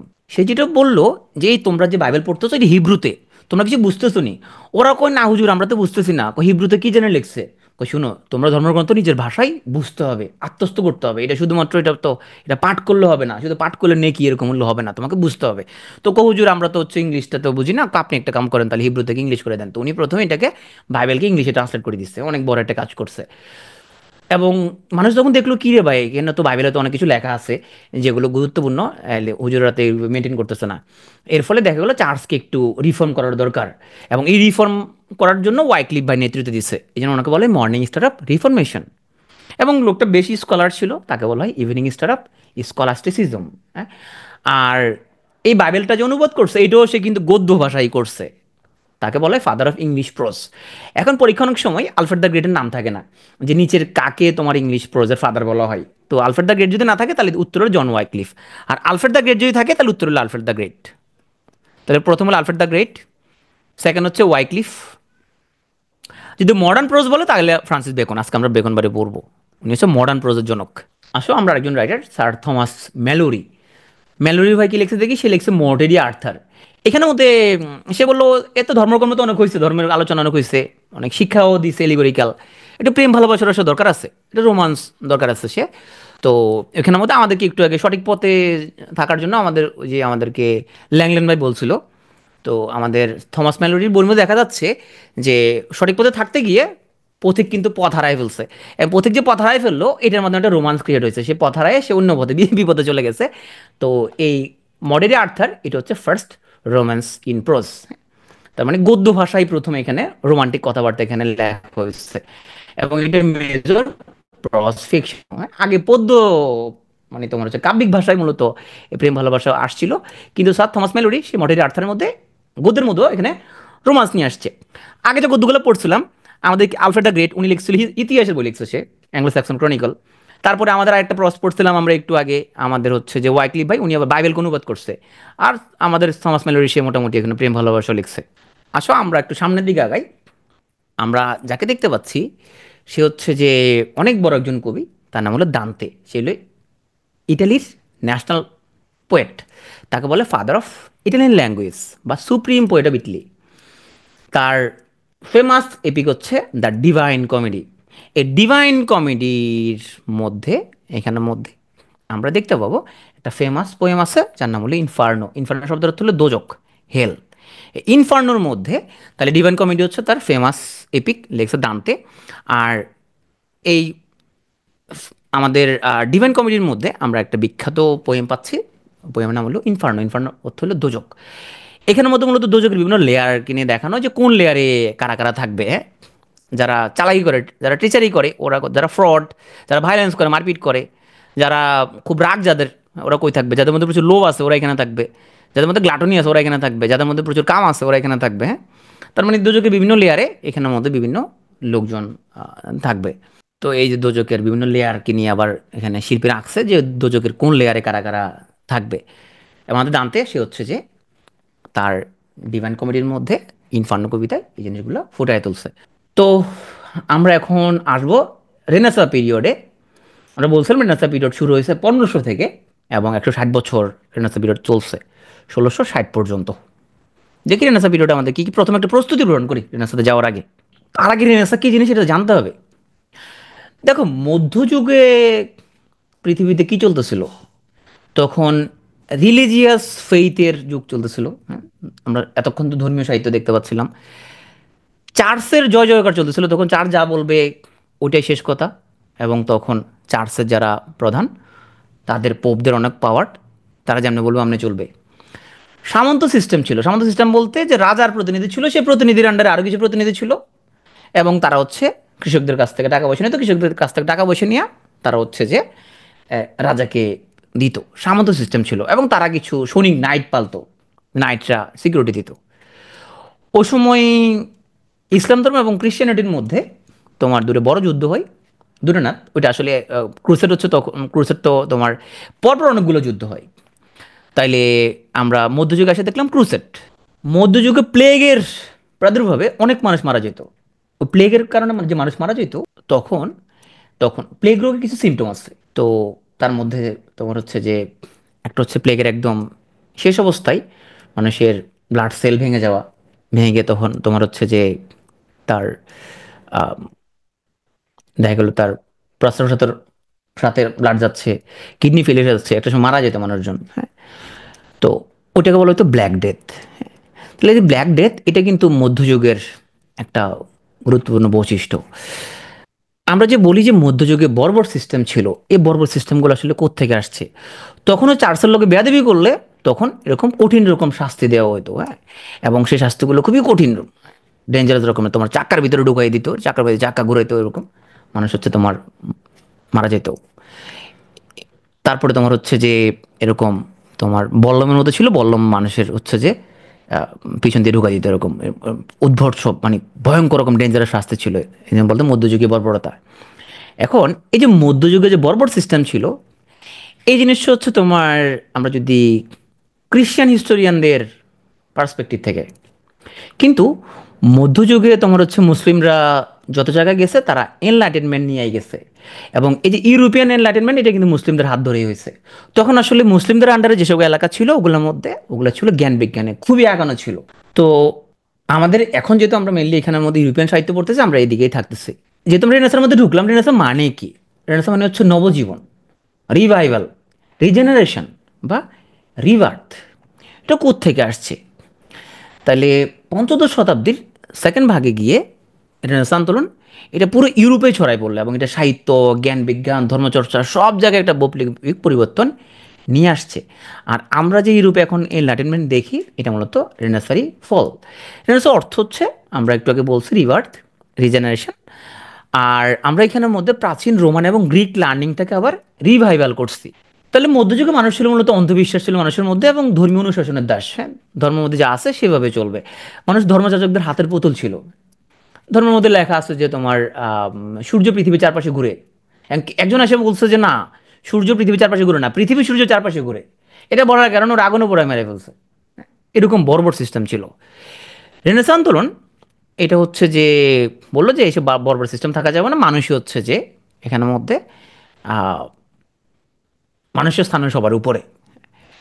আর ঈশ্বর আরাধনার স্থলে এখানে আমাদের মানুষের জয়গান উচ্চারিত হলো। তাহলে হিউম্যানিজমকে সেলিব্রেশন করা শুরু হইলো। তাহলে আমরা বলতে পারি যে রেনেসাঁর একটা সেলিয়েন্ট ফিচার হলো হিউম্যানিজম। এই যে চার্চ যেভাবে মানুষকে মানুষ কোনো বিজ্ঞান ভিত্তিক কথা বলতে দিবে না, চার্চের বিরুদ্ধে গেলে সে তোমার শাস্তি দিয়ে দিবে, আগুন উপরে মারি ফেলবে, হ্যাঁ। মানুষ বললো তাহলে এটা তো চলবে না, এরকম যে তাহলে ধর্ম আলাদা করে দিতে হবে, রাষ্ট্র আলাদা করে দিতে হবে। তখন আমরা আস্তে আস্তে এরকম সেকুলার যে স্টেটের ধারণাটা ওখান থেকে আসছে, যে ধর্মের কোনো প্রভাব থাকুন রাষ্ট্রে, ধর্ম আলাদা এন্টিটি, রাষ্ট্র আলাদা এন্টিটি। শুরু হয় কবে থেকে? মূলত অটোমানরা মানে ওসমানীয় খলিফারা, তারা যখন কনস্টান্টিনোপল, যেটা তুরস্কের ইস্তাম্বুল, এই কনস্টান্টিনোপল ছিল বাইজেন্টাইন সাম্রাজ্যের রাজধানী। এই কনস্টান্টিনোপল জয় করার মধ্য দিয়ে মূলত রেনেসাঁটা শুরু হয়।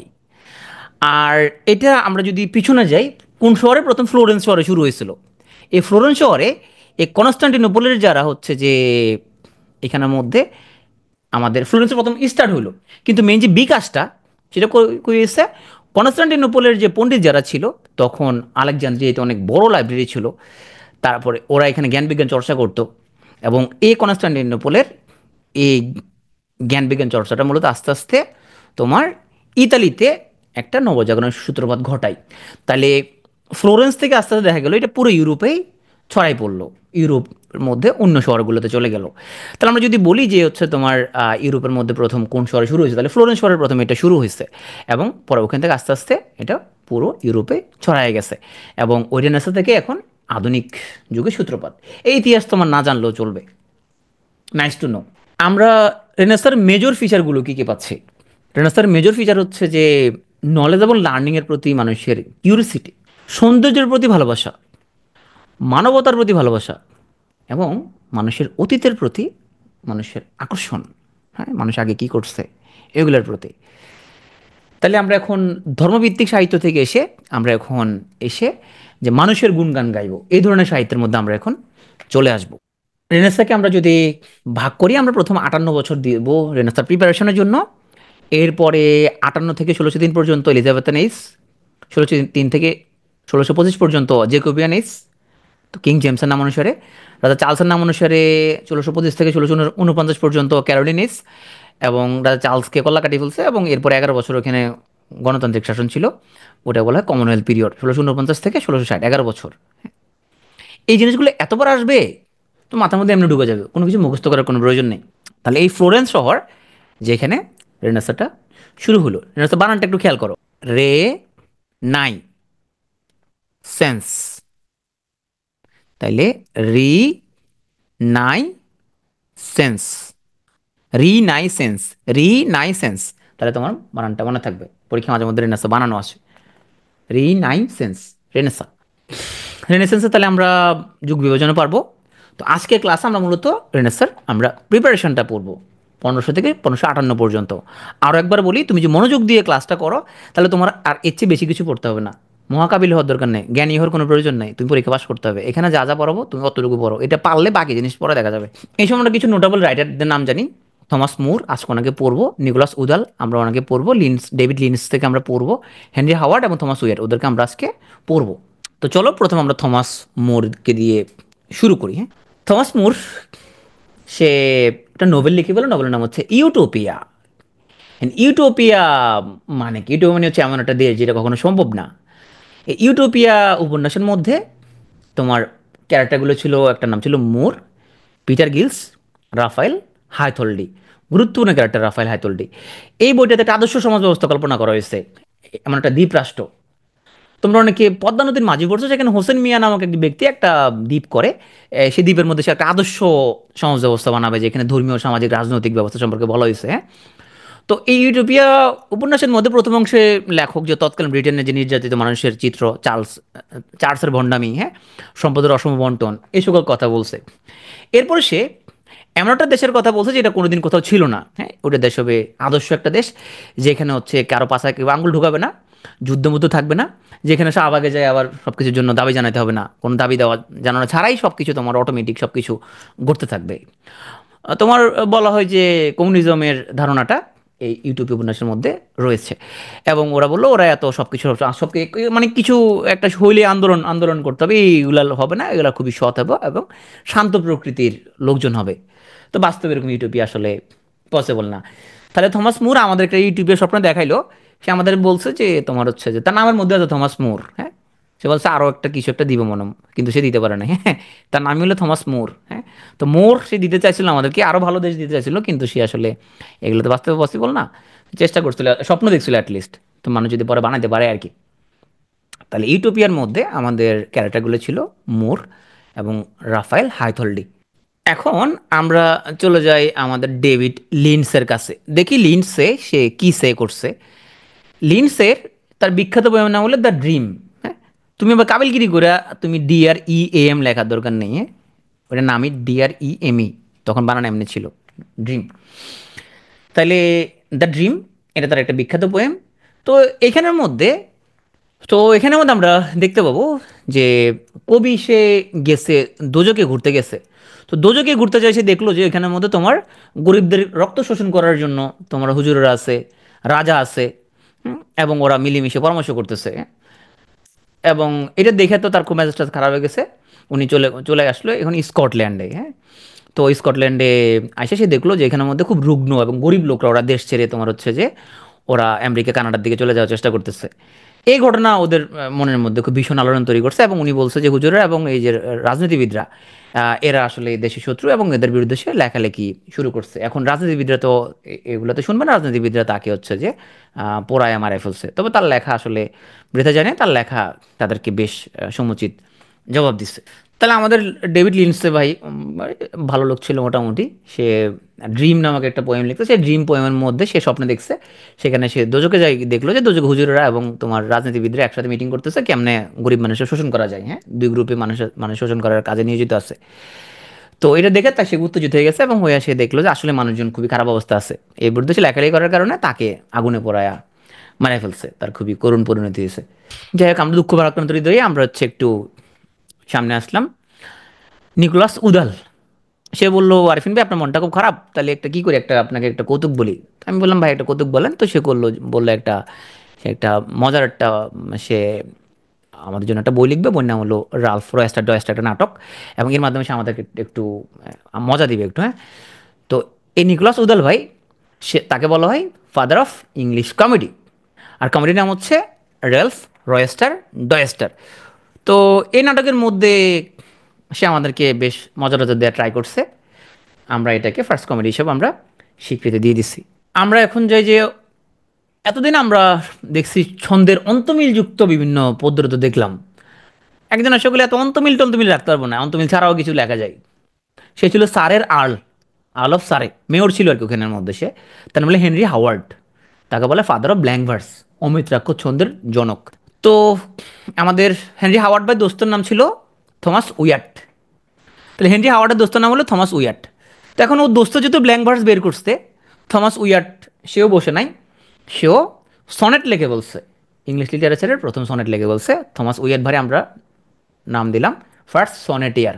ওরা দুই বন্ধু, হেনরি হাওয়ার্ড এবং আমাদের থমাস উইয়াট, দুই বন্ধু মিলে কো আসো বন্ধু তোমরা, তুমি আর আমি মিলে আমরা একটা বই লিখে ফেলি। আমাদের বইটার নাম হলো টটেলস মিসেলেনি, এখানে আমরা কিছু সনেট লিখি চলো। তো এই টটেলস মিসেলেনি লিখছে হেনরি হাওয়ার্ড এবং থমাস উইয়াট।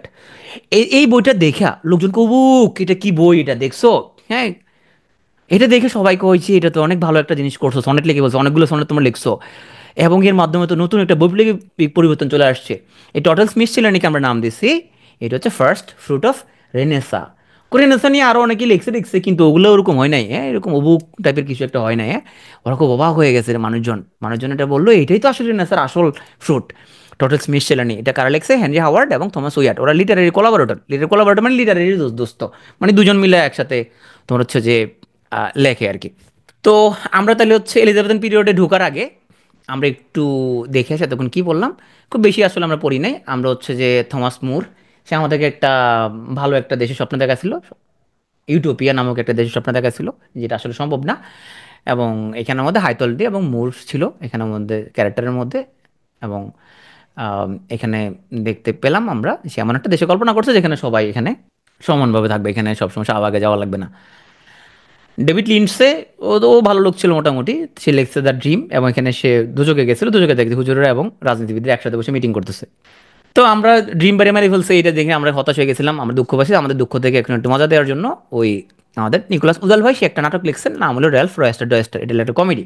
তবে আমরা এক টিকিটে দুই নাটক দেখতে পারবো, দেখো এটা হলো টিকিট, উপর লেখা আছে নিকোলাস উদাল, রালফ রয়েস্টার ডয়েস্টার, একটা মজা পাবো এটাতে। এবং এরপরে এক টিকিটে দুই নাটক, এরপর আমরা দ্য ট্রাজেডি অফ গর্বডাক, এটা ট্রাজেডি, এটা লেখছে থমাস নটন এবং থমাস স্যাকবিল, এটা সামনে আমরা পড়বো, হ্যাঁ, এক টিকিটে দুই নাটক দেখবো আমরা, এটা এখন সামনে দেখবো, এটা এটা দেখে বলছি আমরা, না হলো নিকোলাস উদালের রালফ রয়েস্টার ডয়েস্টার। তাহলে আমরা কমেডি টমেডি করলাম। তারপরে আমাদের হচ্ছে যে দুজন বন্ধু হেনরি হাওয়ার্ড এবং থমাস উইয়াট, হেনরি হাওয়ার্ডকে বলা হয় সে ফাদার অফ ব্ল্যাঙ্ক ভার্স, আর উইয়াট সে হলো ফার্স্ট সনেটিয়ার। দুই বন্ধু চিন্তা করলো দুজনের ভালো দখল আছে যেহেতু ব্ল্যাঙ্ক ভার্সের উপরে, দুজন সনেট লিখে ফেলছে। এই সনেটগুলোর নাম হচ্ছে টটেলস মিসচেলানি, এটা কালেকশন, এবং এটাকে বলা হয় রেনেসার ফার্স্ট ফ্রুট। তাহলে মোটামুটি আমরা শুরুর দিকে 58 বছর পরে ফেলছি। তো এখন আমরা রানী এলিজাবেথকে ক্ষমতায় বসাই একটু। রানী এলিজাবেথ ক্ষমতায় বসছে, রানী এলিজাবেথের যুগ শুরু হয়ে গেছে। তো রানী এলিজাবেথ এর সময় এই পিরিয়ডের মধ্যে কিছু গুরুত্বপূর্ণ এখানে তোমার হচ্ছে যে দর্শন ছিল, তার মধ্যে একটা হচ্ছে first impression is the last impression, হ্যাঁ, যে প্রথমেই তোমাকে দেখে যে ইমপ্রেশনটা হবে, আমরা যে বলি আগে দর্শনধারী তারপর গুণ বিচারি, হ্যাঁ, যে প্রথম ইমপ্রেশনে তোমার এখানে যে একটা মানুষকে নিয়ে যে ধারণাটা হবে, সাহিত্যকর্ম নিয়ে যে ধারণাটা হবে, এটা আসলে এটাই সাস্টেন করে। আর এই সময়ে আমরা বড় বড় সম্রাটদের জন্ম দেখব। তার এক সম্রাটের নাম হচ্ছে আমাদের উইলিয়াম শেক্সপিয়ার। এবং যেহেতু এখানে অনেক বড় বড় লোকজন জন্মগ্রহণ করছে, তাদের গুরুত্বপূর্ণ সাহিত্যকর্মগুলো পাবলিশ হয়েছে, এই জন্য এটাকে বলা হয় golden age of English literature. তো সে গুরুত্বপূর্ণ রাইটার না, তারা নিশ্চয়ই অনেক ভালো ভালো জায়গায় পড়াশোনা করছে, তাদের নাম আমরা সামনে জানবো। এবং এলিজাবেথ, সে একটা কথা বলছে, আগে দর্শনদারি তারপর গুণ বিচারি, আর good face is the best letter of recommendation. হ্যাঁ, তোমার চেহারার মধ্যে যদি চোরা চোরা ভাব থাকে তাহলে তো সমস্যা। তো চেহারার মধ্যে চোরা চোরা ভাব থাকলেও তো আসলে লাভ নাই, তুমি যদি কারো মন চুরি করতে না পারো তাহলে চোরা চোরা ভাব দিয়া তুমি করবা এটাই বা কি। তো এলিজাবেথ এই যে আমাদের এত গুরুত্বপূর্ণ তোমার হচ্ছে যে রাইটার, দেখো ওরা হচ্ছে যে তোমার রানী এলিজাবেথের ঘাড়ে তুলা ওরা সামনের দিকে আগাচ্ছে। এরা সবাই খুবই তখন মান্যগণ্য ব্যক্তি এরা সবাই। এবং এদেরকে বলা হয়তো, এবং এই যুগটাকে বলা হয় নেস্ট অফ সিঙ্গিং বার্ডস। এদেরকে এদেরকে বলা হয় এরা হলো সিঙ্গিং বার্ড। তাহলে সিঙ্গিং বার্ডরা ওরা যে ওদের রানীকে নিয়ে কিন্তু ওরা এখন মিছিল করতেছে। নেস্ট অফ সিঙ্গিং বার্ডস, এটা বলা হয় the age of original romanticism. অনেক নামে ডাকা হয় এলিজাবেথ এইজকে, অনেক গুরুত্বপূর্ণ একটা এজ।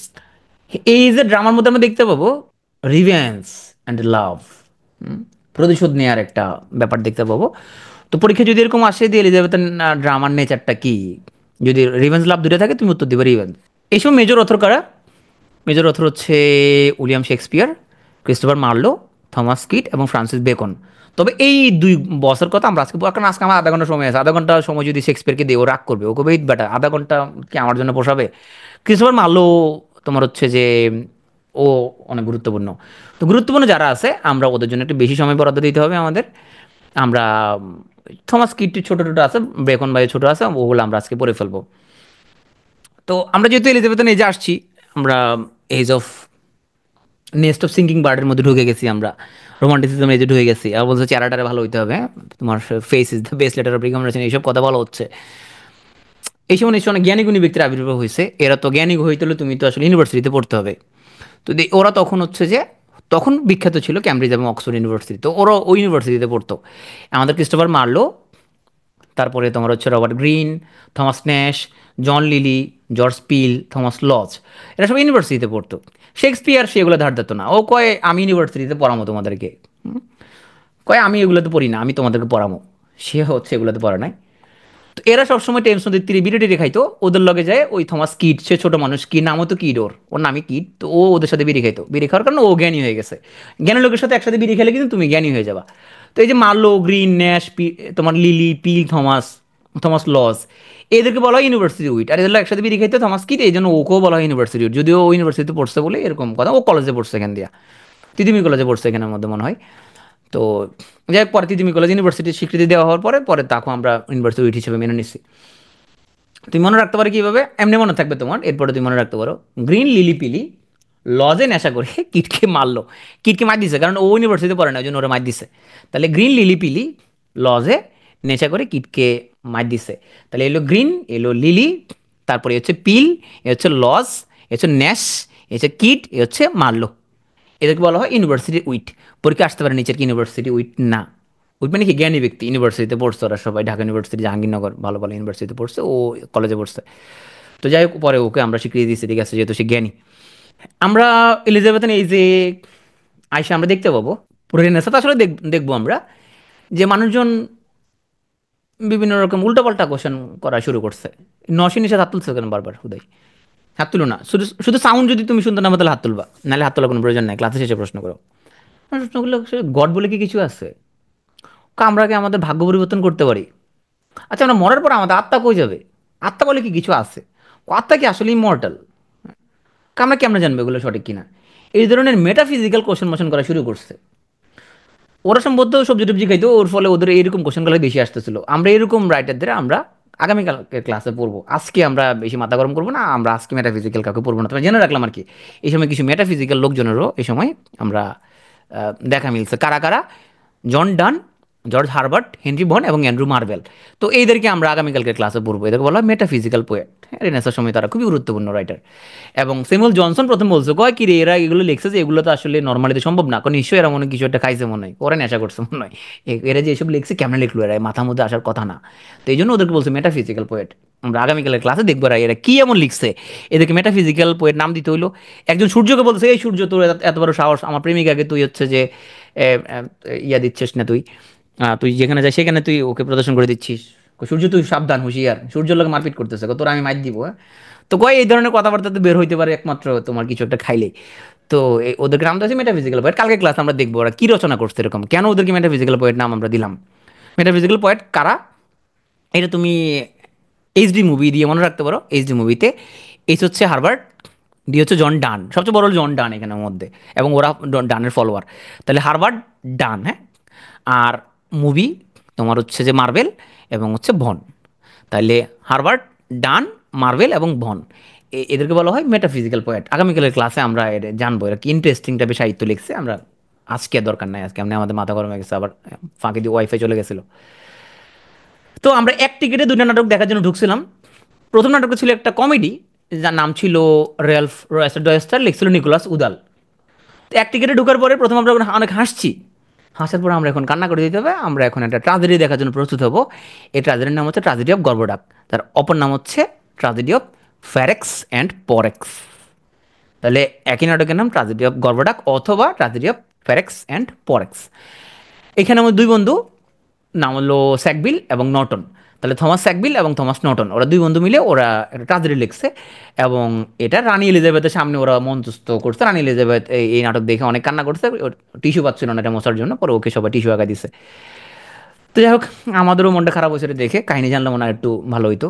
ক্লাস যেহেতু আমাদের টাইম নেই, যেহেতু আমরা কাহিনী দিকে যাচ্ছি না, তো যাদের কাহিনী জানতে ইচ্ছে করে তারা একটু গুগল করলে আমরা চাইলে জানতে পারি, বা চ্যাট জিপিটিকে জিজ্ঞেস করতে পারো যে চ্যাট জিপিটি ভাই please tell me about the tragedy of Gorboduc, ও তোমাদের সুন্দর করে বলে দিবে। বা বাংলায় বলতে পারো ওকে যে জিপিটি ভাই তুমি আমাদের গর্ভডাকের ব্যাপারে বিস্তারিত বলো, সে তোমাদের সুন্দর করে বলে দিবে। গুগল হচ্ছে সে আরও এক্সপার্ট। ঠিক আছে, যাও, আমরা যেহেতু এখন ট্রাজেডিটার মধ্যে পড়ে গেছি, আমরা এখন একটু আমরা থাকতে চাই না এদিকে, আমরা একটু ভালোবাসা, কাব্য, কবিতা এইসব দিকে একটু আসি। অ্যাডভার্ট স্পেন্সার বলছে my love is like to ice, and I to fire. কত প্রেমের একটা কাহিনী বলছে। এত প্রেমের কাহিনী যে লোক বলতে পারে তার নিশ্চয় অনেক বড় কবি। অনেক বড় কবি না হলে সে কেমনে এইসব কথা বলে, মাই লাভ ইজ লাইক টু আইস, হ্যাঁ, লাইক টু ফায়ার, কেমনে বলছে এটা? নিশ্চয় অনেক বড় কবি এবং কবিদের কবি নিশ্চয় সে। অ্যাডভার্ট স্পেন্সার হলো কবিদের কবি, পোয়েট অফ পোয়েট, হ্যাঁ, কবিদের কবি সে। তো উনি ফেসবুক ব্যবহার করার সময় লোকজন শুধু ওনাকে হুদায় ফ্রেন্ড রিকোয়েস্ট পাঠাতে, যেহেতু সে কবিদের কবি।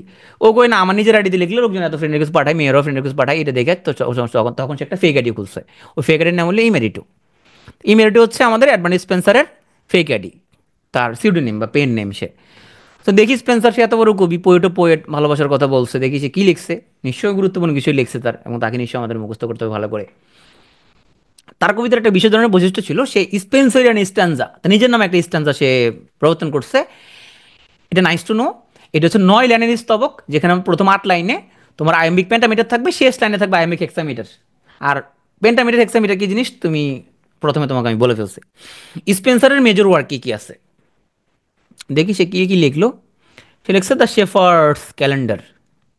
শেফার্ড নামটা মাথায় রাখো, কারণ সামনের ক্লাস আমরা শেফার্ড দিয়েও আমরা কিছু একটা পাইতে পারি সামনে। দ্য শেফার্ডস ক্যালেন্ডার, এটা একটা প্যাস্টোরাল, মানে হচ্ছে সে পল্লী জীবনের কাহিনী নিয়ে, আমরা যেটাকে তোমার হচ্ছে যে পল্লী কবিতা যেটাকে আমরা বলি আর কি, হ্যাঁ, গ্রামীণ কবিতা, প্যাস্টোরাল এবং একটা এলিগরিও, তার মানে নিশ্চয়ই সেই রূপকের মাধ্যমে কিছু একটা আমাদেরকে বোঝাইছে। তাহলে দ্য শেফার্ডস ক্যালেন্ডার এটা একটা প্যাস্টোরাল কবিতা এবং এটা একটা এলিগরিক্যাল পোয়েম। দ্য ফেরি কুইন এটা একটা এপিক মহাকাব্য, এটা আমরা গতকালের ক্লাসে দেখছিলাম। অ্যামোরেটি এটা হলো সনেট। আর অ্যাস্ট্রোফেল এটা একটা এলিজি এবং প্যাস্টোরাল এলিজি, নিশ্চয়ই কারোর মৃত্যুতে লেখছে এরকমই মনে হচ্ছে। তারপর আমরা সামনে যাই একটু আগাই দেখি সে তার এখানে কী কী লিখছে। তাইলে তার যে বিখ্যাত বই দ্য শেফার্ডস ক্যালেন্ডার, এটা হচ্ছে একটা প্যাস্টোরাল এবং এলিগোরিক্যাল রচনা। এটা সে উৎসর্গ করছে তার বন্ধু স্যার ফিলিপ সিডনিকে। তো ফিলিপ সিডনির নাম মনে রাখো, আমরা সিডনিকে সামনে আমরা পড়বো। স্যার ফিলিপ সিডনি, সে ছিল এডমান্ড স্পেন্সারের দোস্ত। তো দোস্ত মরে যাওয়ার পরে সে দোস্তকে উৎসর্গ করছে অ্যাস্ট্রোফেল নামক কাব্য। On death of Sir Philip Sidney সে লিখছে অ্যাস্ট্রোফেল। আর স্পেন্সারের একটা বিখ্যাত এলিগরি এটা হলো তোমার ফেরি কুইন। ফেরি কুইন আমরা বলছিলাম এটা একটা এপিক পোয়েম। তাহলে এই অসমাপ্ত মহাকাব্য, এই এলিগোরিক্যাল মহাকাব্য, এটা হচ্ছে রানী এলিজাবেথের পাম দিয়ে লেখা হয়েছে। এই কাব্যটার যে তোমার হচ্ছে মেইন যে থিম, সেটা হচ্ছে পরিদের একটা দেশ ছিল কোকাফ নগরীতে। তো ওই পরিদের ওখানে ওদের রানীর নাম ছিল গ্লোরিয়ানা। তো ওরা 12 দিন ব্যাপী একটা উৎসবের আয়োজন করছে। তো প্রত্যেক দিন ওখানে তোমার হচ্ছে যে একজন উৎপীড়িত মানুষ রানীকে অভিযোগ করে যে ওখানে হচ্ছে ড্রাগনরা, অসুররা এখানে উৎপাত করতেছে। তো রানী একজন নাইটকে পাঠায়, নাইট মানে যে যুদ্ধ আর কি, সেনাপতিকে পাঠায়। সেনাপতি খুব দুঃসাহসিক অভিযান করে এবং দুঃসাহসিক অভিযানের মধ্যে সে এখানের মধ্যে অসুরকে যায় হত্যা করে। তো আমাদের স্পেন্সার ভাই চিন্তা করছিল যে এক একজন নাইটের দুঃসাহসিক অভিযানকে কেন্দ্র করে সে 12টা এরকম কাব্য লিখবে, তবে ওটা লিখতে পারে নাই সে। এটা মোটামুটি অসমাপ্ত রয়ে গেছে, ফেয়ারি কুইন। তাহলে ফেয়ারি কুইন এটা একটা এপিক, এটা একটা এলিগোরিক্যাল পোয়েম। এটা এখানে আমাদের রানী এলিজাবেথকে যথেষ্ট পরিমাণ প্রশংসা করা হয়েছে এবং এটা আমাদের অ্যাডভান্টেজ স্পেন্সারের একটা এপিক। এবং এই মহাকাব্যের মধ্যে নায়কের নাম ছিল রেড ক্রস নাইট, নায়িকার নাম ছিল উনা। এতটুকু জানলে হয়েছে তোমার। তাহলে রূপকধর্মী এটা একটা উপাখ্যান। আর এটার প্রধান বিষয়বস্তু ছিল যে দেশপ্রেম, ওষুধের হাত থেকে যে আমাদের নাইটরা, সেনাপতিরা যে দেশকে রক্ষা করে, এটা নিয়ে।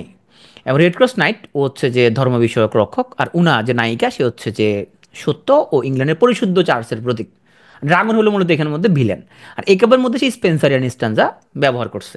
তাইলে আমরা আমাদের এই যে কবিদের কবি, আমাদের কবিদের কবির নাম হলো স্পেন্সার। এবং সে খুব বিখ্যাত থাকার কারণে সে ফেসবুকে ফেক আইডি করছে, ফেক আইডির নাম হলো ইমেরিটো। ইমেরিতো লেখছে অ্যামোরেট্টি। তাহলে ইমেরিতো সে লেখছে অ্যামোরেট্টি, ইমেরিটো হলো তার ফেক আইডি। তো কী কী লিখছে? শেফার্ডস ক্যালেন্ডার, এটা প্যাস্টোরাল পোয়েম এবং এটা এলিগোরিক্যাল। ফেরি কুইন এটা এপিক এবং এলিগোরিক্যাল। অ্যামোরেট্টি এটা হলো সনেট। অ্যাস্ট্রোফেল এটা তার দোস্ত, এটা মৃত্যুতে লিখছে সে। এটা একটা প্যাস্টোরাল এলিজি, এলিজি মানে কি শোকগাথা। তাহলে শেফার্ডস ক্যালেন্ডারের উৎসর্গ করছে ফিলিপ সিডনিকে।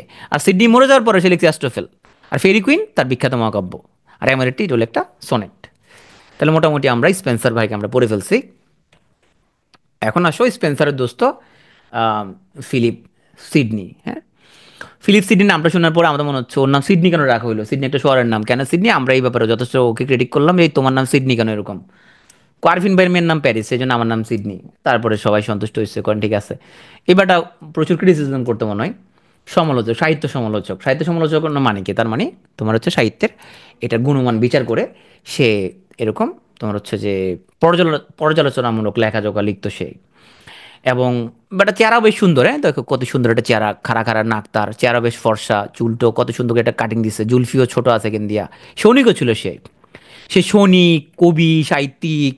হ্যাঁ, ফেসবুকে অনেক লেখালেখি করতো সে, অনেক জনপ্রিয় ছিল, মেয়েরা পছন্দ করতো, মানে সবই ছিল সে মোটামুটি।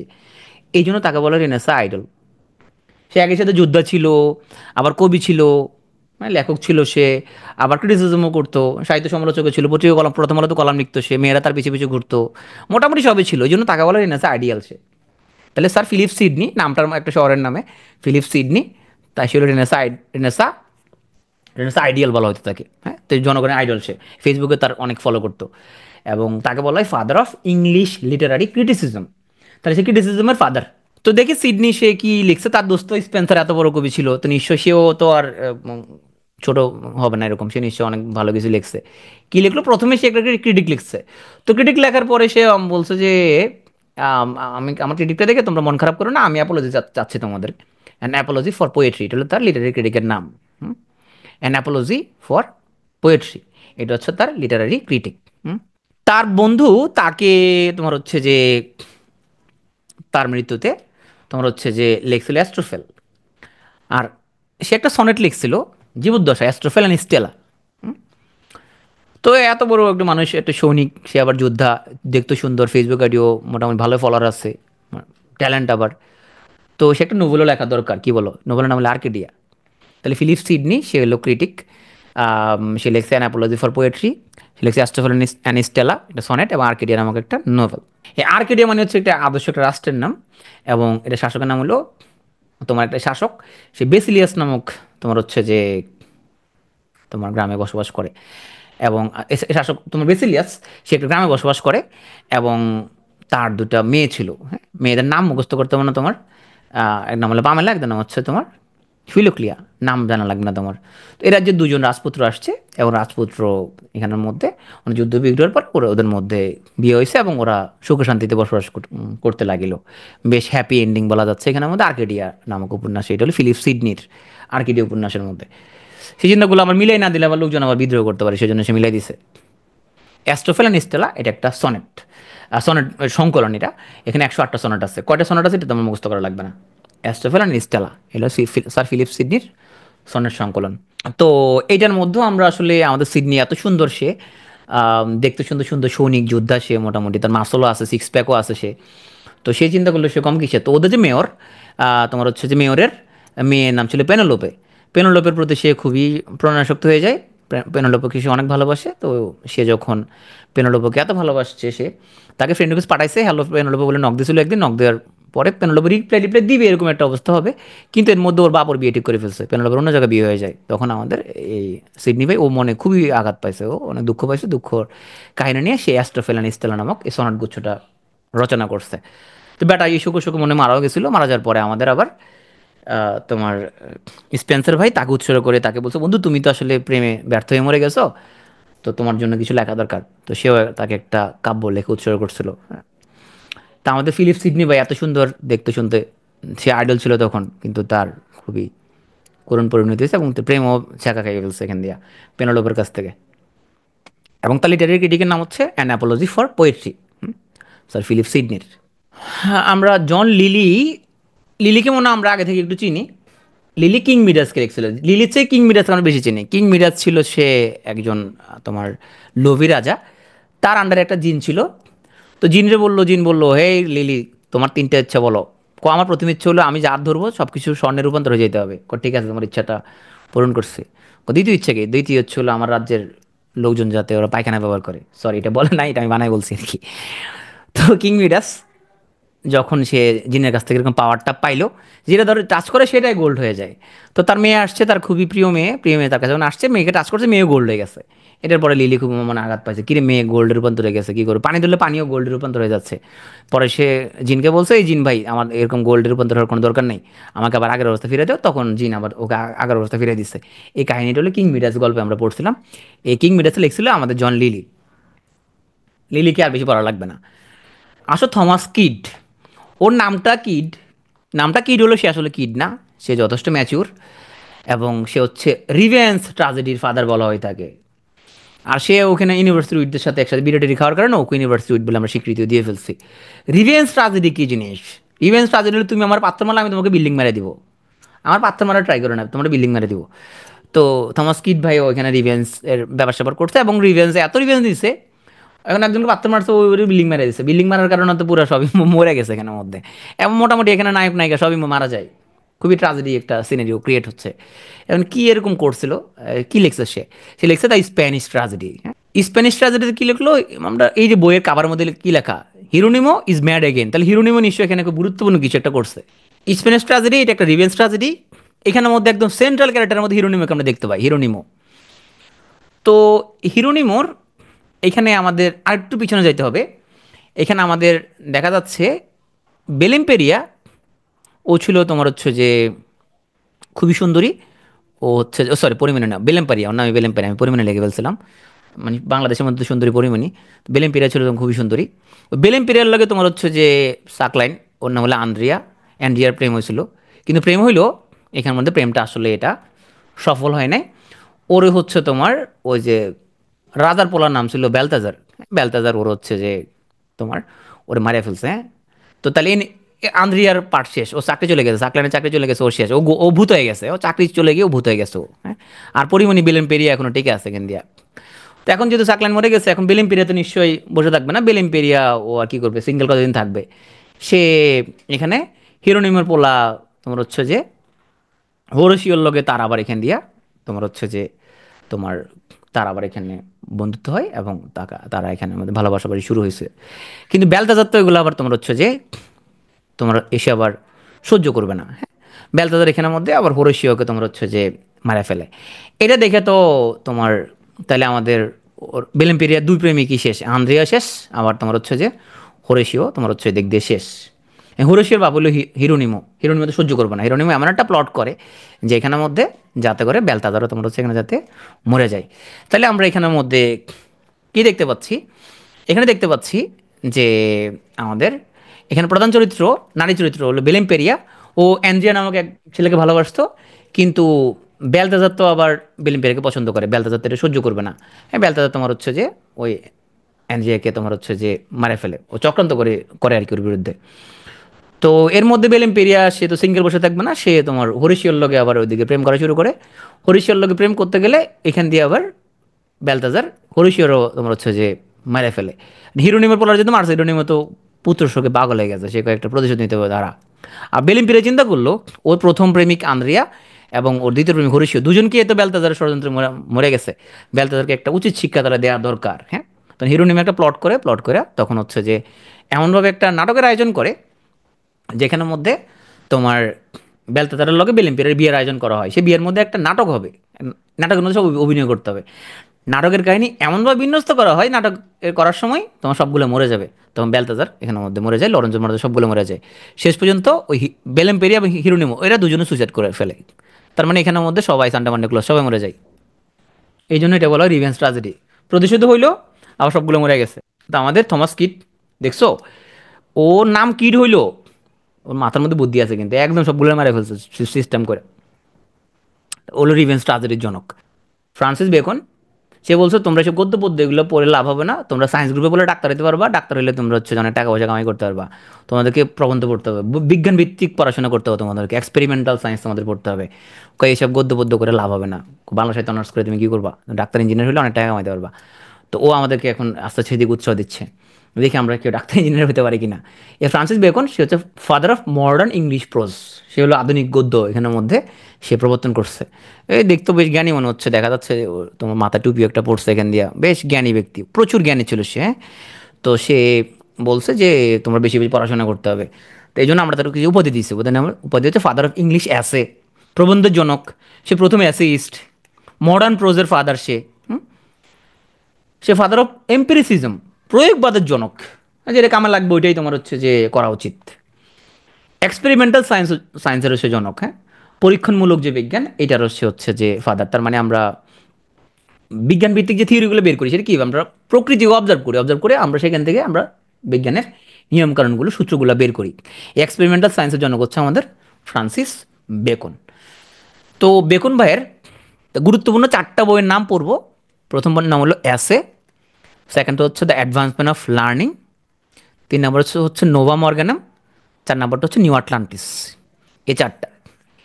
তো অ্যাসে যে বইটা এখানের মধ্যে মূলত তার মেইন প্রবন্ধগুলো আছে। তো মেইন প্রবন্ধগুলো দেখি কি কি নাম আছে, সবগুলো নামের আগে অফ আছে, তাহলে এটা আমরা জানো সবগুলো নামের আগে অফ আছে। তো এখানে আমরা দেখতে পাচ্ছি পড়াশোনা করতে আসছে পোলাপান, অফ স্টাডি করতে আসছে। তো পোলাপান বিউটি নিয়েও পড়াশোনা করতেছে, বিউটি নিয়ে পড়াশোনা করতে করতে ছেলে আর মেয়ের মধ্যে ফ্রেন্ডশিপ হয়ে গেছে। ওরা টেলিগ্রামে মানে একজন একজনকে সাপোর্ট দিচ্ছিল, দেখতে দেখতে ওদের মধ্যে ফ্রেন্ডশিপ হয়ে গেছে। ফ্রেন্ডশিপ থেকে ওদের মধ্যে ভালোবাসা হয়ে গেছে। ভালোবাসার পর ওরা বিয়ে করে ফেলছে, অফ ম্যারেজ। বিয়ে করার পর ডিভোর্স হয়ে গেছে, সিঙ্গেল লাইফ। ডিভোর্স হওয়ার পর একজন একজনকে রিভেঞ্জ নেওয়ার জন্য শুরু করছে, রিভেঞ্জ নিতে গিয়ে দুজন মরে গেছে। তবে এর মাধ্যমে সত্য উদ্ঘাটন হয়েছে। So of study, of beauty, of friendship, of love, of marriage and single life, of revenge, of death, of truth, এগুলো সবগুলা হচ্ছে অ্যাসে নামক বইয়ের মধ্যে ফ্রান্সিস বেকনের প্রবন্ধ। আর কি কি লিখেছে দেখি তো। সে বলছে লার্নিংটা রাখা নিতে হবে, দ্য অ্যাডভান্সমেন্ট অফ লার্নিং। তো সে লার্নিংয়ের পাওয়ারে বিশ্বাস করতো এবং একটা সিস্টেমেটিক স্টাডি অফ নেচারে সে বিশ্বাস করতো, যে আমরা প্রকৃতিতে যে জিনিসগুলো দেখতে পাচ্ছি এটাতে বিজ্ঞান ভিত্তিক কার্যকারণ বের করতে হলে আমরা এটাকে এক্সপেরিমেন্ট করতে হবে, এক্সপেরিমেন্ট করে আমরা সে প্রথম ইন্ডাকটিভ লার্নিং এখানে সে প্রথম বের করছে। এবং এই যে এম্পেরিক্যাল ফিলোসফি, আমরা প্রকৃতিতে কী করতেছি এটা দেখতেছি, দেখার পর আমরা সূত্র বাইর করতেছি, এটা বলে ইন্ডাকটিভ রিজনিং। এইটা সে প্রথম বাইর করছে। এবং আমরা যে এখন যে বিজ্ঞান ভিত্তিক যে গবেষণা করি, এক্সপেরিমেন্ট করতেছি, তার সেখান থেকে সূত্র বাইর করতেছি, এইটার জনক হলো আমাদের ফ্রান্সিস বেকন, বেশ জ্ঞানী ব্যক্তি বোঝা যাচ্ছে। এবং সে হচ্ছে নোভা অর্গানাম মেথডে, নোভা অর্গানাম বইতে সে সায়েন্টিফিক মেথড নিয়ে কথা বলছে, হ্যাঁ। এবং এই বইটা নোভা অর্গানাম, এই বইটা হচ্ছে landmark work in the history of science. যে পর্যবেক্ষণ লব্ধ বিজ্ঞান কী নিয়ে কাজ করে, বিজ্ঞান তো পর্যবেক্ষণ লব্ধ নিয়ে জ্ঞান নিয়ে কাজ করে, তাই না। অনেকে বলে যে তোমার হচ্ছে যে বিজ্ঞান কি সৃষ্টিকর্তাকে বিশ্বাস করে, বিজ্ঞান সৃষ্টিকর্তাকে বিশ্বাস করে না, অবিশ্বাস করে না, কারণ ওটা বিজ্ঞানের কাজ না, ওটা দর্শনের কাজ। সৃষ্টিকর্তা আছে না কিনা এটা বের করা দর্শনের কাজ, বিজ্ঞানের কোনো কাম নাই এটা নিয়ে। বিজ্ঞান হচ্ছে যে এক্সপেরিমেন্টাল সায়েন্স নিয়ে সে কাজ করে, পর্যবেক্ষণ লব্ধ জ্ঞান নিয়ে কাজ করে, যেটা পর্যবেক্ষণ করা যায় না, সৃষ্টিকর্তার পর্যবেক্ষণ বিজ্ঞান করতে পারতেছে না। সো বিজ্ঞান এটা নিয়ে কোনো ফাংশন নাই, হ্যাঁ? আমরা অনেক সময় ভাবি যে তো বিজ্ঞানের সাথে মনে হয় ধর্মের কোনো বিরোধ আছে। সেই বিজ্ঞানের তোমার ফিল্ড আলাদা, ধর্মের ফিল্ড আলাদা। বিজ্ঞান কাজ করে তোমার পর্যবেক্ষণ লব্ধ নলেজ নিয়ে। তো এই নোভা মর্গানাম বইয়ের মধ্যে সে কেমনে পর্যবেক্ষণ করতে হবে সেই রিলেটেড কথাবার্তা বলছে। এটা হলো একটা landmark work in the history of science. এবং সে ইন্ডাকটিভ লার্নিং এখানে অ্যাপ্লাই করছে। ইন্ডাকটিভ লার্নিং কী জিনিস, ধরো সে দেখলো যে সূর্য গতকালকে পূব দিকে উঠছে, আজকেও পূব দিকে উঠছে, তার মানে অতএব এই সিদ্ধান্ত আনা যায় সূর্য সবসময় পূব দিকেই উঠে। এটাকে বলা ইন্ডাকটিভ তোমার হচ্ছে রিজনিং। এটা অ্যারিস্টটলের ডিডাকটিভ রিজনিং থেকে ডিফারেন্ট। তো আমরা নোভার অর্গানাম ছাড়া আরেকটা বই নাম দ্য নিউ আটলান্টিস। হ্যাঁ, নিউ আটলান্টিস একটা ইউটোপিয়ান নোবেল। ইউটোপিয়ান মানে তোমরা বুঝছো, ইউটোপিয়া মানে হচ্ছে এমন একটা দেশ যেটা কখনো আসলে হওয়ার নয়। এখানে আইডিয়াল সোসাইটির বর্ণনা দিচ্ছে সে, যেটা যেখানের মধ্যে মানুষ বিজ্ঞান মনস্ক হবে। বিজ্ঞান মনস্ক বলতে মানুষ এখানে সায়েন্টিফিক ইনকোয়ারি করবে, সায়েন্টিফিক নলেজ নিয়ে মানুষ হচ্ছে যে কথাবার্তা বলবে। এই ধরনের একটা সমাজ ব্যবস্থার কথা সে কল্পনা করছিল। তো সে বইটার নাম হচ্ছে দ্য নিউ আটলান্টিস। দুবাইয়ের পাম জুমেরাতে একটা হোটেল আছে আটলান্টিস, হ্যাঁ, ওটা ওটা সম্ভবত 7 স্টার হোটেল। হ্যাঁ, এটা শুনলে আমার ওটা মনে পড়ে যায়। আমি বলি যে এটা যাওয়া যেরকম আমাদের জন্য ইউটোপিয়া, আটলান্টিস হোটেলে একদিন থাকতে মনে হচ্ছে যে কয়েক লাখ টাকা লাগে। তো আমাদের ফ্রান্সিস ফ্রান্সিস ব্যাকন সেও নিউ আটলান্টিস নামে একটা নোবেল লিখছিল, যেটা ইউটোপিয়ান নোবেল, যেখানে মানুষজন সবাই বেশ বিজ্ঞান মনস্ক হবে। বেকন কিছু গুরুত্বপূর্ণ কথা বলছিল, সে নিজে যেহেতু এত জ্ঞানী ব্যক্তি নিশ্চয়ই সে অনেক গুরুত্বপূর্ণ কথা বলবে। সে বলছে reading make the full man, conference আর ready man, and writing an exact man. তুমি যদি পড়ো তুমি ফুল ম্যান হবা, কনফারেন্স করলে রেডি ম্যান হবা, আর যদি লেখো তাহলে তুমি এক্সাক্ট ম্যান হবা। সে বলছে some books are to be tasted, কিছু বই টেস্ট করার জন্য, আদার্স টু বি সোয়ালোড, কিছু বই তোমার হচ্ছে যে তোমার শুধু গিলবা, few others to be stewed and digested, আর কিছু এরকম আছে যেগুলো চাপাবা এবং তুমি হজম করে ফেলবা। সে বলছে good friend is another himself. এবং সে বলছে আমরা অনেকেই সুযোগের অভাবে সৎ, অপরচুনিটি মেক্স আ থিফ। সুযোগ আসলে তুমি এরকম হচ্ছে যদি করতা। তাইলে আমরা হচ্ছে আমাদের ফ্রান্সিস বেকনকে আমরা পড়ে ফেলছি। আমরা যদি একটু আরেকটা গুরুত্বপূর্ণ তার কোটেশন দেখি, revenge is a kind of world justice. এটা আমরা গত ক্লাসে পড়ছিলাম। Revenge is a kind of world justice, এটা ছিল মেটাফোরের এক্সাম্পল। এবং সে বলছিল wives are young man's mistresses, তরুণ লোকের mistress, companion for middle age, মধ্যযুগের মধ্যে, সরি, মধ্যবয়সে থাকলে তখন হচ্ছে যে ওয়াইফরা সঙ্গ দেয়, কথাবার্তা বলে। আর ওল্ড ম্যানস নার্সেস, বুড়া লোকের তোমার হচ্ছে যে সেবিকা। আসলে ট্রু। সে বলছে যে it is impossible to love and to be wise. সে বলছে যারা প্রেম করে ওরা বকাচোদা। বলছে এরকম তুমি প্রেমও করবা আবার তুমি জ্ঞানী হবা, এটা পসিবল না। বলছে জ্ঞানী লোকরা এরকম প্রেম করে না, ডাইরেক্ট বিয়ে করে ফেলে। তো এর মাধ্যমে আমরা আজকে ক্লাসের মাধ্যমে অনেক কিছু শিখলাম। এরকম প্রেম ভালোবাসা না করে ডাইরেক্ট বিয়ে করে ফেলবা, বিয়ে করার পরে প্রেম প্রেম করো, তাহলে তোমার বোরে কেউ চিন্তা করার কোনো আর সম্ভাবনা থাকবে না। এবং এর মধ্য দিয়ে আমরা ক্লাসটা শেষ করতেছি।